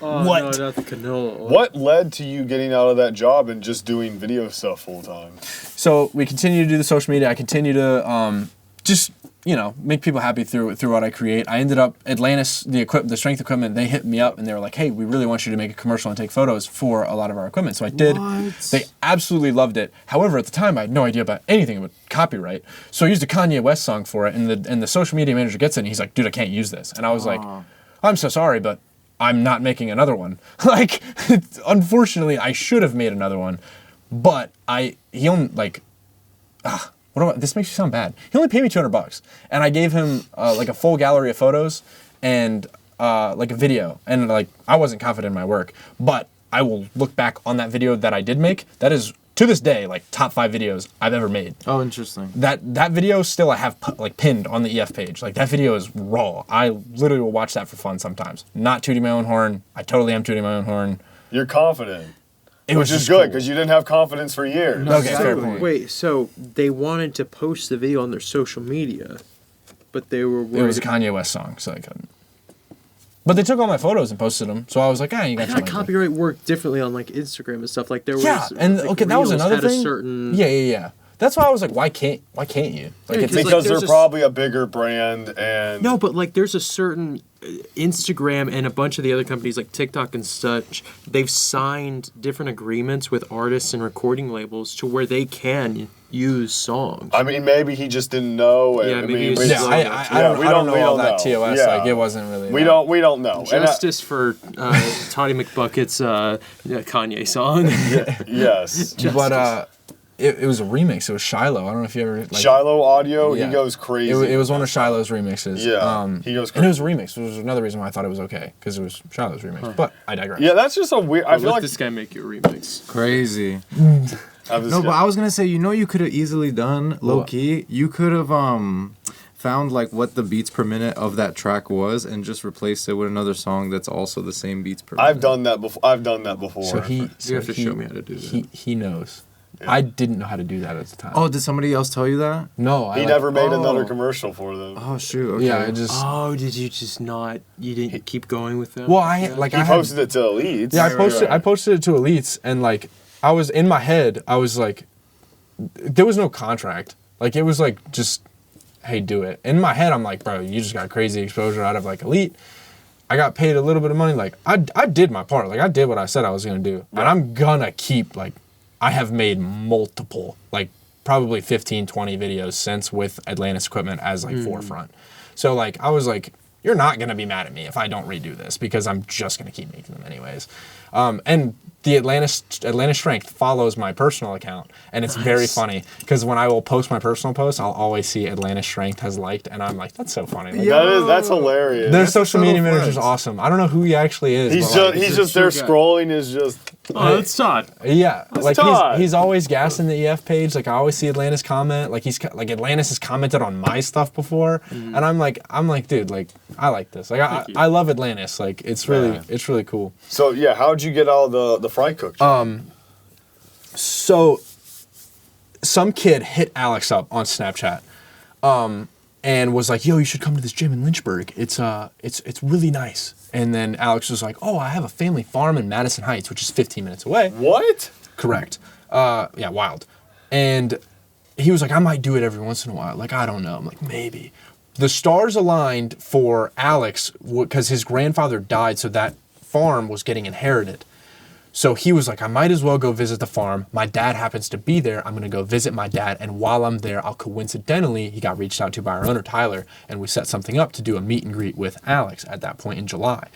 So, like, I hear that that's happening. Tyler tells me, he goes, I don't know how you want to market it. Just do it. Alex is coming. I'm like, Alex Eubank is coming? Are you serious? Like, I've been watching that guy on YouTube, like, TikTok for like, years. Like, that guy's a Greek god. And I was like... And also a Christ follower. Correct. Yes. And I was like, dude, that's like really, really cool. And what I will say is most people will be like, oh, it's Alex. Like, oh my gosh. I was like, oh, that's really cool. Like, I love the fact that I worked with Rashad in the way that I did, and I met as many cool and famous people as I did. And I am as thankful for as bad as me and Rashad's relationship ended up, because it did teach me that, like, Rashad's a wonderful human being, but it did teach me that no matter how famous you are, you're still human and you still have a capability to hurt. Like, I love Rashad to this day. Yeah. It's like great human being, but I have no, like, if someone is famous in front of me, there's only one famous person where I've ever been like, where I've been like, oh my gosh, that's actually him. And that was Matthew Scriv, because that dude's been my favorite creator since I saw his first TikTok. But that's the only person I've ever tweaked over for being famous. But Alex shows up July 6th, and I had a lot of other jobs going on at the time, like whether it be filming for, like, what was it? July would have been what sport? Baseball. Oh, yeah, I did shoot LCA baseball. That video was fire. Oh, that was so fun. I love those guys. But basically, I had a lot of like I don't know what my freelance work looked like at the time, but I was making money from it. And I was like, dude, I feel like I could really like stop working at Iron and Nail. Like I can, if I just put 100% into this whole camera thing, like I might be able to do it. And then Alex comes, I make the video like hyping up Alex. We do the giveaway. Alex is here. And then Alex texts me after he leaves the gym. And he was like, hey bro, would you want to come out to the family farm? And I was like, looking at my phone, I was like, Alex just asked me to go to his family farm. Sure, dude. Like, let's do it. But, context, that morning when Alex came, I pulled out of my apartment and I hit a nail. So, like, I'm stranded on the side of the road trying to get to the gym because I was supposed to meet Alex there at a certain time. And I'm like, why do I have a flat tire on the day that Alex is coming? That's crazy work. I'm getting phone calls from people that know me, like, on the road. They're like, hey, Todd, are you okay? I'm like, does it look like I'm okay? Like, I'm stuck on the side of the road. Wait, so they called you and didn't even offer you a ride? Josh Rucker. Josh Rucker did. Nice. Shout out Josh Rucker. But my roommate came and got me before Josh could turn around. Bro. Tough for Josh. And so Alex texts me and he goes, hey man, I forgot an SD card. So I had my roommate Bobby drive me to Best Buy, and I was gonna buy him a card. And as I get to Best Buy, like, I go in there, I like buy a card, and then I walk out, and Bobby like has the window rolled down as I'm walking out of Best Buy, and he's like, go back in there. And I was like, why? Like, I have the card. And he's like, Alex is in there. I was like, what? I turn back around, go inside. Sure enough, Alex is checking out, getting an SD card. So I walk over, I tap him on the back. I'm like, what's up, bro? He was like, hey, who are you? And I was like, oh, my fault, Toddy. He was like, oh, dude, like, what's up, bro? Like, how are you? And then we walked outside, and that's how, like, me and Alex, like, just met, started talking. I was like, hey, bro, like, I want to thank you for being here. Like, this is awesome. I want to let you know, like, anything you need from a content creation perspective, like, you have me at your service today. And also, just, like, between me and you, I respect what you're doing for the kingdom. Like, it is genuinely wonderful. And then we go to the gym. After that, we do everything. Family farm. Get there. Film him shooting guns. We get on the side-by-side, and that's when I flip the side-by-side with him. So side-by-side being, whatever you want to call it. I don't know. Some people call them gators. Yeah. I don't know. It's an ATV type of... Yeah, we're on this big old farm, and I'm like, this guy's a crash out. Like, he's having fun. I get in, and I have my camera, and I'm like, these are like seatbelts. Like, just like seatbelt in.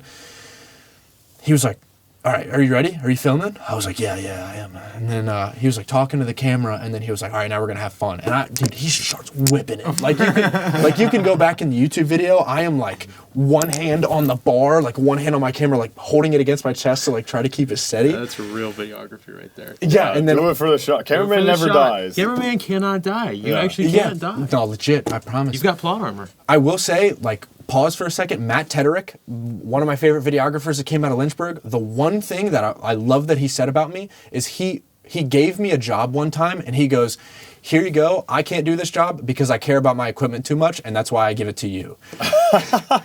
Because he knows I like Hail Mary my like camera, like I'm do it for the shot. My A1, like my most used statement is I have insurance.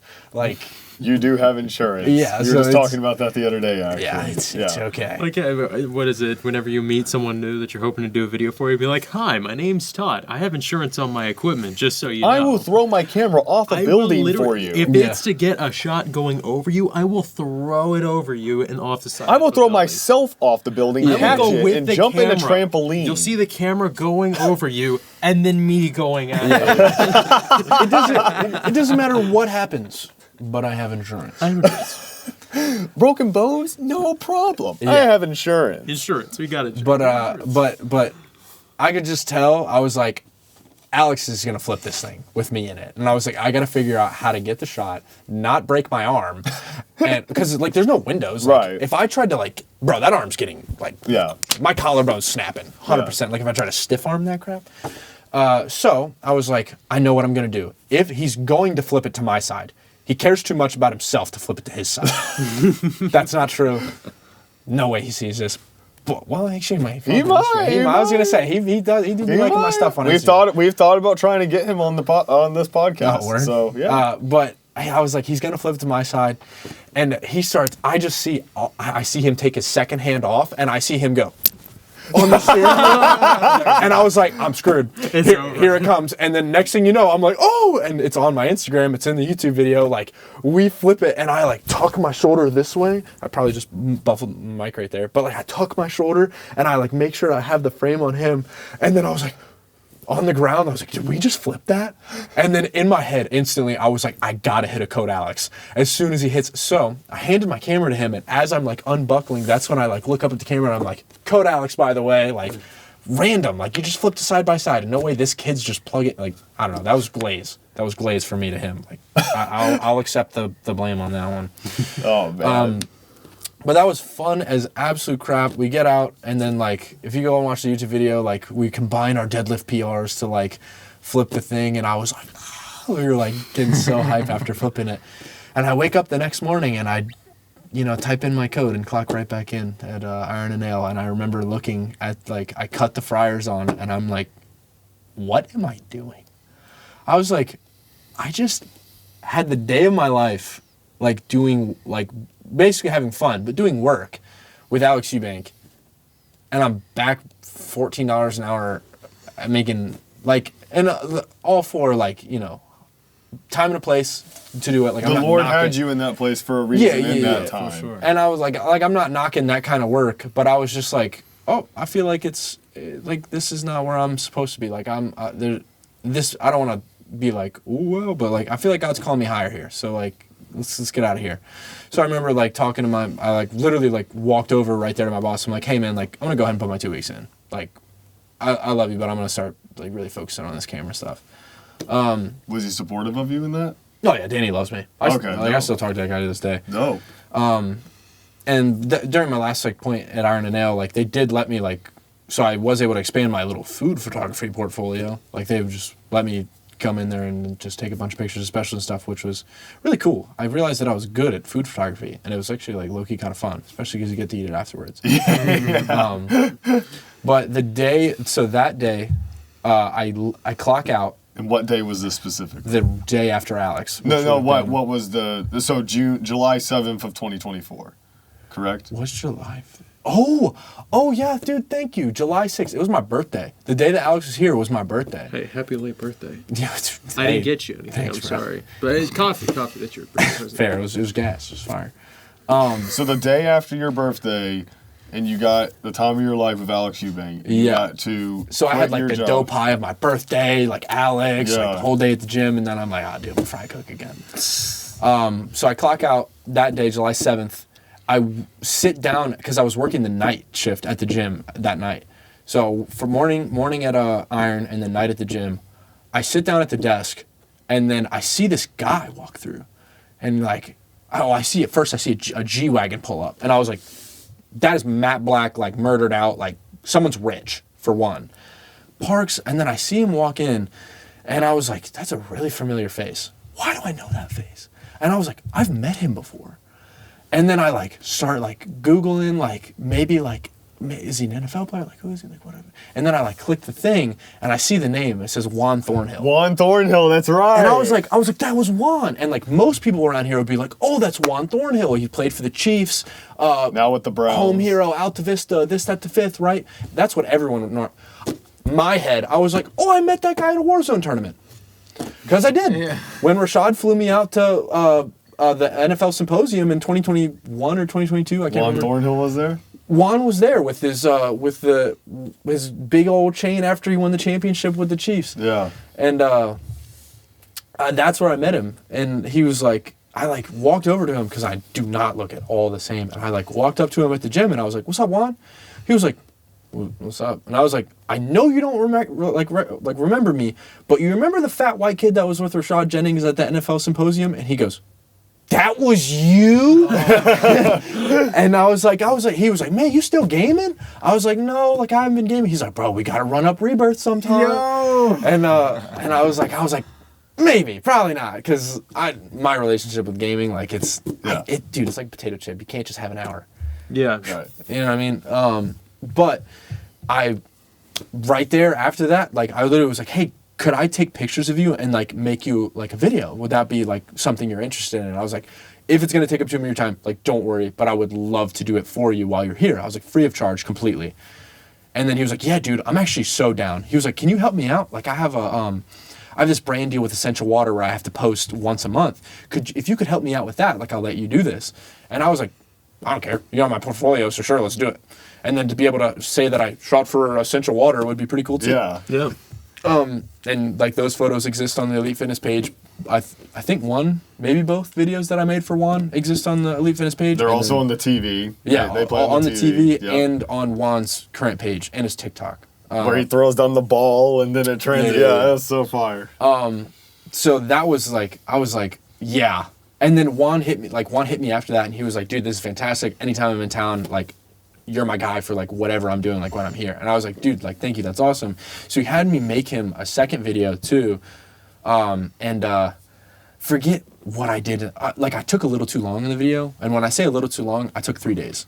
So like normally that's like a pretty fast turnaround time. That's Yeah, that's it's really incredibly fast. But with Juan, I think he was expecting it like the next day kind of thing, and because I pushed it off an extra 2 days, he was just kind of like,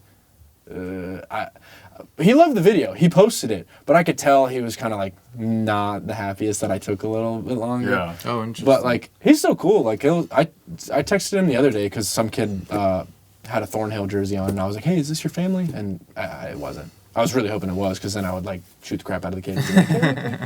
Photographed the crap out of the kid. Well, was I gonna- mean, he made that. I was gonna say like pause, I like shoot that. the crap out of the kid, like chill out, everybody. I meant with a Yeah, no, you camera. can't like Can't be doing that. You can't say I'm gonna shoot you in a Yeah. public space, because then everyone's gonna be like, it's like with this Yeah. camera. I know, dude. My bad. So it's just insane. How that- many people he's met? Yeah, and I've known you for what, probably over 2 years now at this point, and I've seen, I guess over 2 years at this point. It's somewhere around there. Yeah, and I remember first meeting you, and I remember I think you came up to me or something and said, "Are you Caleb Smith Media?" And I said, Bro, I looked up to you and what you did. I still do. "Yeah, no." And I remember I said, "Yeah, you're Todd, right? Toddy." Oh, he knew me. Yeah, no, I knew you were. I knew you were. And I remember and we just struck up a conversation about video stuff, and I just remember you going, "What camera do you shoot with?" I think at the time I just shot a wedding or something. You said, "I watched your wedding thing. It was so cool seeing." Probably. And that wedding film is so dated now, but it was a while ago. Which one was this one? My first wedding I shot in 4 years. Oh. Yeah. And I remember we immediately clicked over that and clicked over other things, but literally, I'm gonna give you some props here for a second. I'm gonna give you some major props.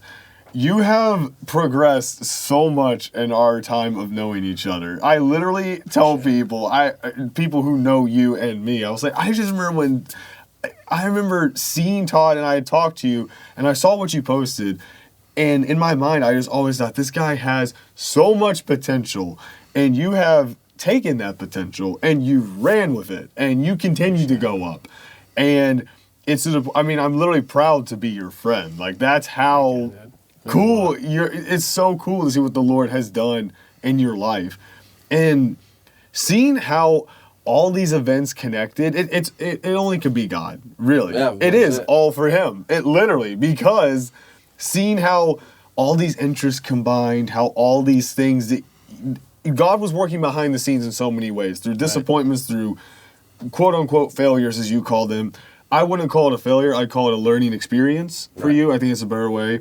And seeing how the Lord had just worked in your life in that way and brought so many things into your life that you wanted and also things you didn't even know that you needed. Right. It's insane to see how the Lord works in that way. I think there's like so many different avenues your mind can go down, like when things like go wrong. But I feel like I've always had a lot of people, when things will go wrong, they will instantaneously be like, why God? And also like whether you start to resent God, whether you start to I don't know where my brain just went. But yeah, resenting God for the bad things happening in your life. Like that's a common avenue people will go down. That has never once been like a thought in my head. Because to me, that questions like the sovereignty and like the reverence of God and who he is. It's like, who are you to question my plan?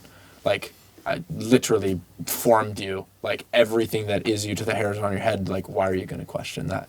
So like every time like anything bad always happens, luckily like I'm not like, darn it, God, why do you do that to me? You know what I mean? Like, get real mad. But I'm there and I'm just like, you know what? This sucks. However, I know you got, like I'm human, so I still got to feel it, unfortunately. But I know your plan is better than mine. Yep. Your ways are not mine. You got it. And I just got to trust it. And that's hard because I'm human and my nature is the way that it is. And I want to serve myself. But I have to go ahead, pick up that cross, carry it, and be like, you got it, not me. And that's a whole lot easier said than done. No, literally. Especially on a day-to-day basis. Yeah, I mean, literally this whole year for me has been plans I thought would work out and then things going a different way or an opposite way. And that's the way God works. Because we look at it from a human perspective, a human timeline, a linear timeline, and we see these certain things have to align. But the Lord has a heavenly timeline. He has, his time is from the spiritual realm, a realm that we can't necessarily see. And we can't even comprehend. So literally, I've been doing a lot of research on, why God allows certain things to happen, why in his timing.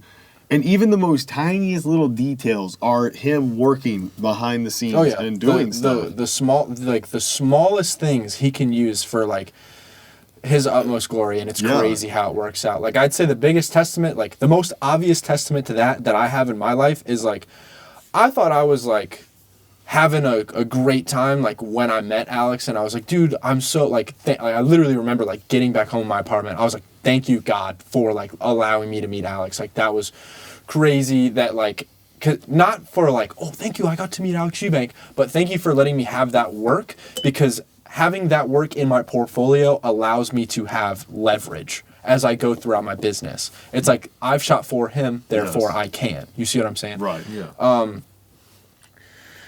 Alex comes back up 3 or 4, I can't remember, it's probably a month after like my birthday, and I remember seeing like the announcement from Liberty Lacrosse that like Drip King was Caleb like Hammett was coming to Liberty, and I'm like, I look at him like, who the heck is this guy? Like, I don't know who this is. So I look up his TikTok. I'm like, great day, this guy, a couple million followers. Like, who is this guy? And turns out like he's part of the brain rot like TikTok Riz like Livy Dunn thing. I don't know. Like I still to this day do not know. But sure enough, him and Alex were connecting, and they made a podcast together. And I specifically remember watching their podcast on lust and how to treat that. And I was like, this is absolutely fire.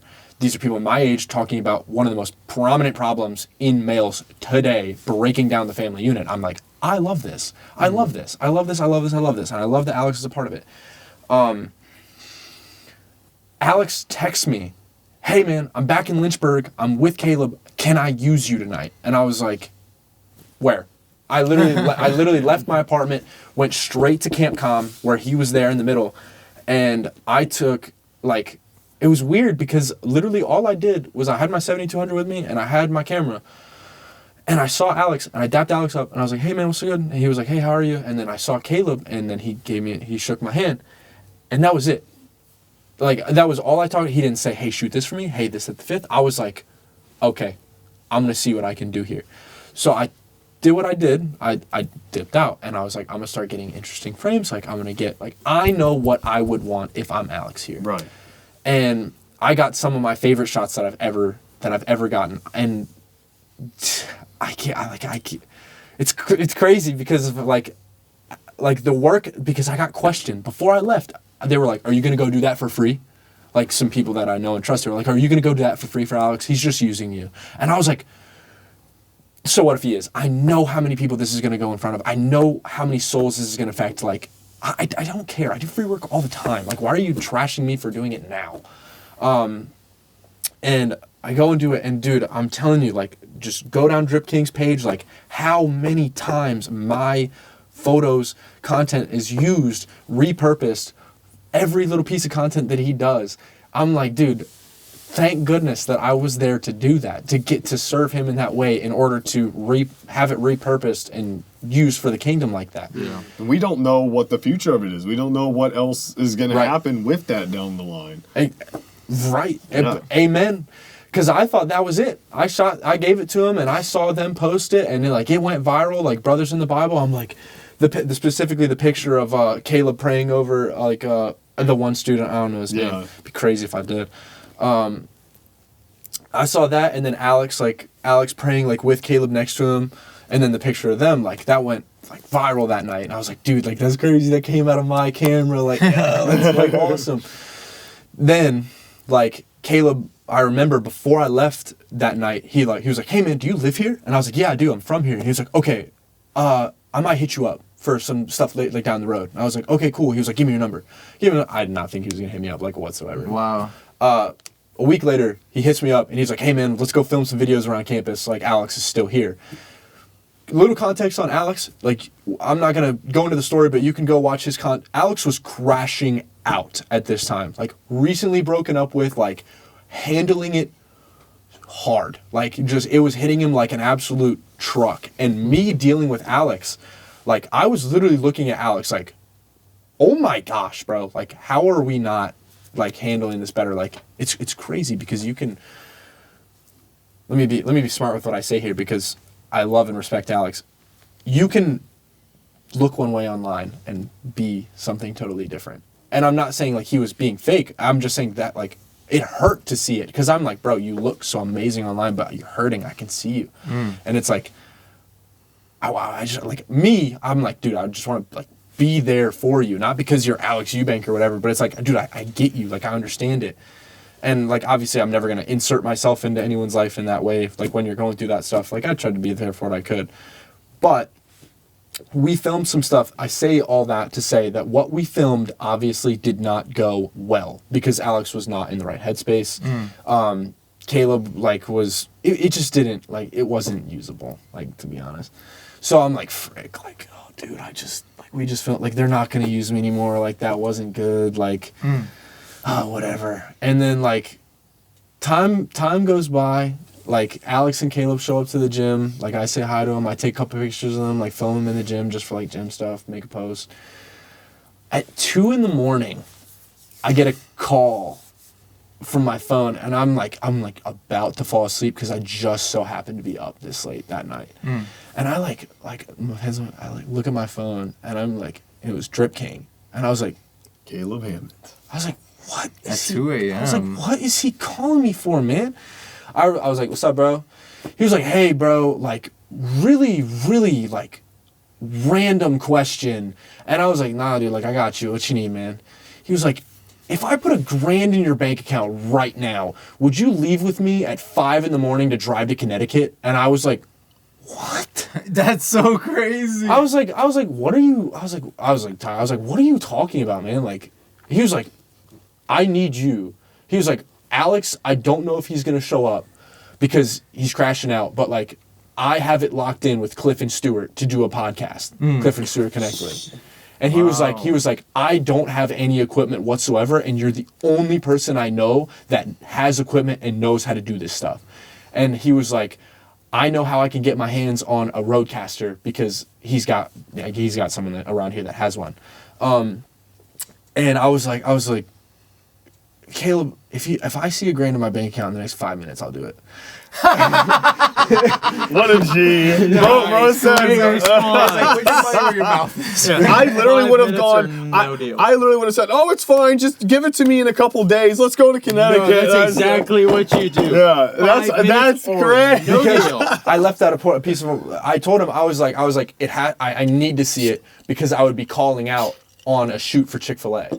Because my absolute dog Justin Belengi was hiring me the next day to be at Chick-fil-A to make a little commercial for the Wards Road Chick-fil-A. Oh, that's what they're gonna give you for Chick-fil-A. And Tyler at the gym had set that up for me, and I was like, dude.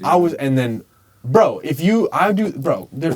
everybody knows how popular the Lord's Chicken is around here in Lynchburg. Yeah. So in my head, I'm like, I cannot call out the night before on this shoot, because that is going to make Justin pretty mad with me, and then that's a poor business decision. Yeah. I'm gonna lose all the money. Like you know what I mean?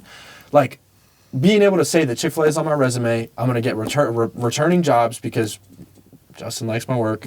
I told Caleb, I was like, it's got to at least make some kind of financial sense. So within 60 seconds, there was $1,000 sale in my account. And I was like, all right, bro, I'll see you 5 a.m. So you got what, 3 hours of 3 sleep? hours. Yeah. Wait, didn't you have to pack stuff up too, though? That was I did. Yeah, but like, Okay. He got an hour of sleep, attached, maybe. You know, Yeah. you can do it really quick. Yeah, I packed all my stuff, slept for about 2 hours. I set like 16 alarms. of course. Naturally. Got it. And I remember like sending a voice note to Justin, like apologizing.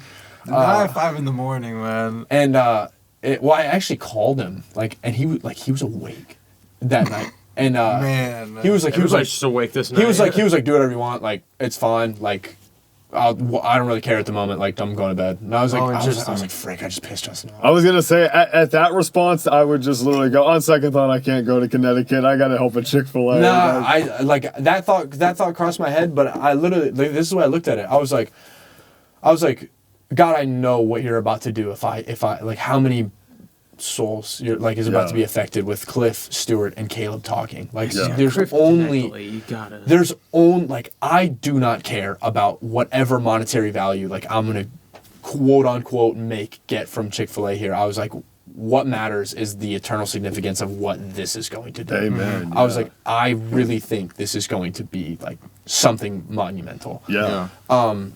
And I did. I went to bed because I was like, screw it. Like, I'm going to do it. Like, I will go do this with Caleb. Freaking, jeez, dude. Caleb pulls up at, like, I remember him calling me. He's like, yo, like, I'm out front. I'm like, did you sleep? He's like, no. I'm like, you ain't sleep? Like, he's like, I got the first 8 hours. You got the second 8. Like, I'll sleep. It's So- a 16-hour drive to Connecticut? Wait. Cap. I got the first 4. It was 16 total. 8 there, 8 back. I'm so sorry. Right, okay. I got the first 4. You got the second 4. So he drove the first 4. Like, I tried to sleep, but you know how it is, sleep in the car. Your neck's like, so like, it ain't working. And he's got a nice Jeep. That Jeep is really like comfortable. I have seen that thing. Dude, that thing is pretty nice. I thought Jeeps had like death wobble and they're trash and whatever. That's what I've been told. All right, chill out. Everyone who drives just All the Jeep viewers are gone. One Thornhill just logged on. The protest has started. But I'm sitting there off 2 hours of sleep. Caleb's asleep like right next to me, and like I was like, what did I do? Like I was a fry cook like a month ago, and now I'm driving Drip King's Jeep to go meet Cliff and Stuart Knechtle. Like In 1 month? Yeah, That's literally. insane. I was like, what is going on, dude? Yeah. I have no idea. God does some crazy things. God does amazing things. Yeah, and dude, let me tell you that car ride, like both there and especially back, like me and Caleb just kind of like we just hit it off. Like we were just like, Well, tell our audience what happened right before we started recording this podcast. right before we started this podcast, like my phone Started recording the podcast. And like my phone started ringing. I looked at Caleb. I'm like, man, who the heck's calling me? Pull up my phone, and then I was like, I showed it to Caleb, and it was Caleb. It was Caleb Hammond, Drip King. Showed it to Caleb Smith, and it was Caleb Hammond as in Drip King, and I answered it, and then me and Caleb talked to Drip King for a little bit, and then hung up. So we talked to Drip King. We're so cool. might be something cool coming with him. So we'll see. We'll see. We'll leave that. We'll leave that be. Yes. But we me and Caleb, like, we're in Connecticut, and like we pull up, and I'm like, dude, like, what is this? Like, it's this farm, like this really nice looking, like, just prairie house basically. And I'm like, is this like, I thought we were pulling up to the church, like where they were. And like, dude, we get out, and I'm like, me and Caleb are like, oh my gosh, like, what is this? Like, where are we? And then all of a sudden, like, the screen door opens, you know, you hear a screen door, and you just hear Cliff's voice. Oh, Caleb, glad you made it. And I'm like, it's Cliff. I was like, holy crap, like, that is the dude. Context, as I worked at Iron and Ale, I had 2 hours every single morning where I prepped food. So I would cut chicken, cut anything, whatever it is, portion, sauces, whatever. And I had a table in front of me that was about eye height. And I would set a fork up, and I... 1 second. Context. I had every day when I had to prep for 2 hours, and when I would prep my at Iron and Ale, there was a table that was about eye level, and I would take a fork, and I would that is not my phone, but I would basically take my phone and I would set it up, and I would zero troll watch like the Cliff and Stuart like on campus conversations, and I would like every single morning, every kitchen manager, other employee there is my witness. I would sit there and watch it. So when he told me that we were about to go meet Cliff and Stuart, I was like, that's kind of crazy. Like, I literally watch these guys all the time, hours on end. And so when he comes out, me and Caleb are like, dude, like, that's freaking him. Like, that's so cool. And what I was like, we you know, we set up, we've got the podcast filmed, all of the above. Like, it was so, what I will say is like, the only time he's different, like, they're different.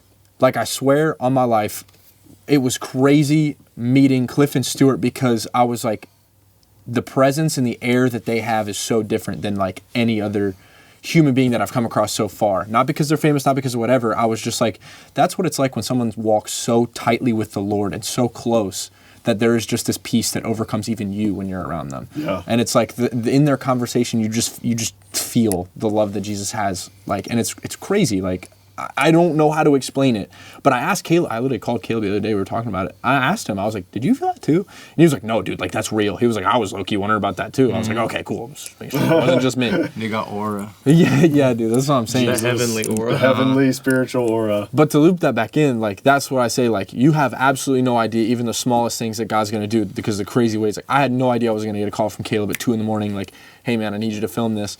And literally that first post got like over 100,000 likes on like Drip King's Instagram, between all the YouTube, TikTok, Instagram, Brothers in the Bible, Caleb, Alex, like, it was posted ever. Like, we probably didn't even, like, you definitely could like count the millions that have like seen it. But like, to this day, like, I'm still watching clips from what came out of my camera. And like, I'm like, dude, like, that's crazy. And like, Cliff and Stuart will still post those clips from that podcast. And I'm like, dude, like, I'm so happy I skipped out on Chick-fil-A that day. Like, you know what I mean? Like, and you still probably got to do stuff later. I did. I've already shot for Chick-fil-A twice. Yeah, exactly. And I had someone go in my stead that day, and I paid him out of the 1,000 that I had. And you still fulfilled your commitment just through a different person. So, and the Lord works all things out ultimately for good, even in the moment, you know. And the thing is, you're so good at adapting and improvising, because you're you, and you figured out how to do this. But the Lord had all those events align and lined everything up, because it was His will for you to go and be able to do this thing. And who knows what that's going to lead to in the future for not just you, but maybe for Lynchburg as a whole, maybe for, I mean, literally, you never know what's going to happen in your life and the people around you lives because of one decision you made or one thing you did. That's the coolest thing about the story. It's being written forever. So it's so cool. And the clips go on forever. So like not only do they post the clips, but there are people out there that farm those clips to get like their views up. Yeah. But it's just inherently just spreading the gospel, like almost by accident. They're just like, oh, I'm trying to get 1 million views or something. But actually, like, you showed 1 million people Cliff talking about the Lord. Like, exactly. And it's reaching faces, names that I will never know. Exactly. Yeah. Which is wild. Yeah, it's just reverberations type. It's going to be so cool to just see, a year from now what is going on in your life and what. Who knows, dude?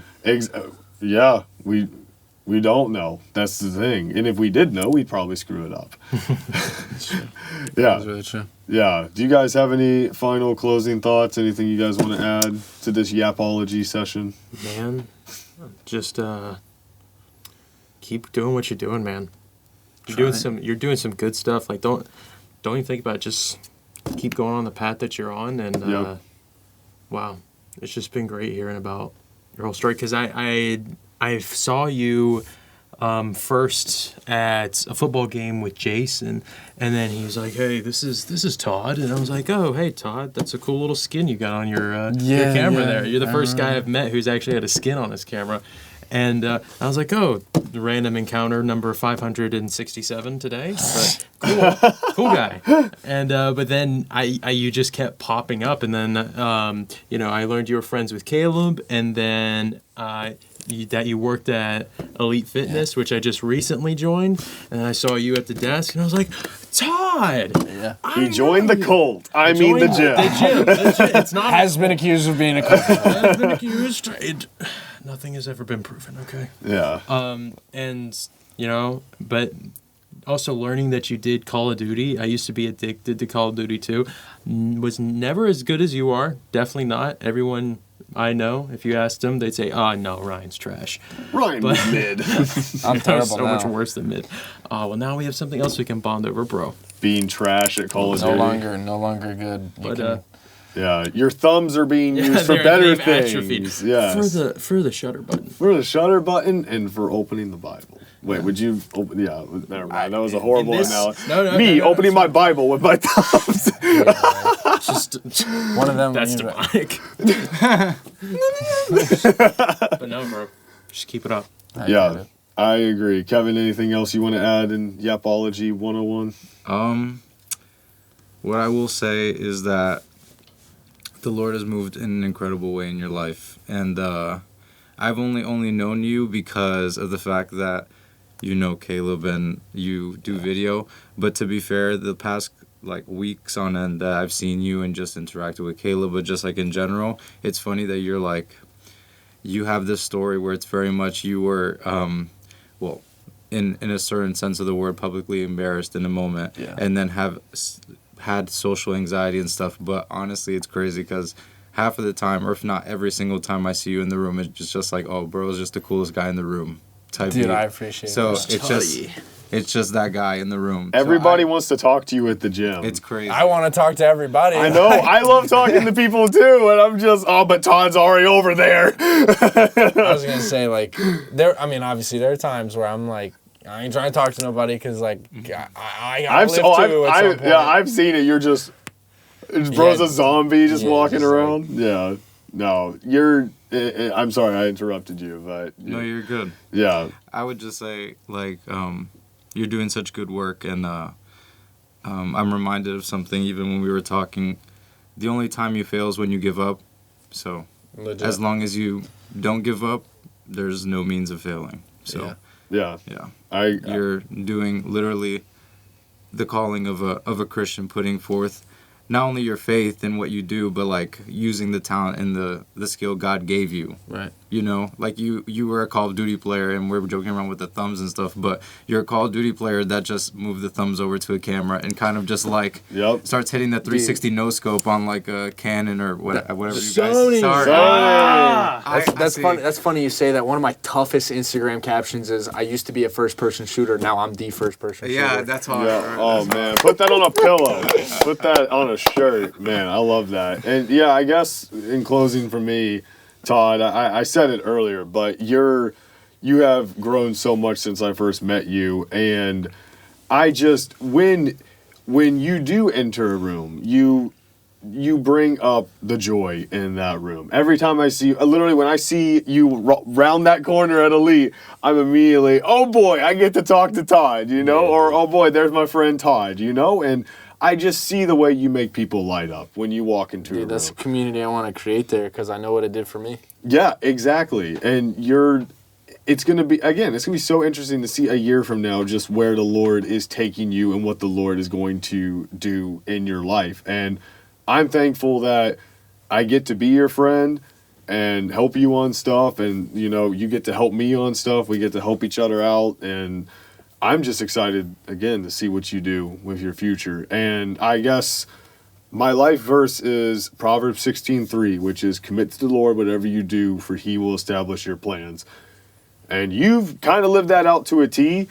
And I need to work on that. I need to work on living out my life verse. I think we've all learned we have a lot to learn. Yes, yeah. Talking with Todd here. Yes. I got a lot of work to do in that. We all do. But you are living out Proverbs 16:3 in a lot of ways, which is one of the best things that you can do. So I want to end this Yapology session with a little toast here with our very melted Empty cups of coffee. So Yeah, I still got a little bit of mine in there. A little jitter juice. yeah, a little jitter juice. All right, wow. everybody bring it in. Thank you for a great Yapology session, Todd. Cheers. Merry Christmas. Merry Christmas.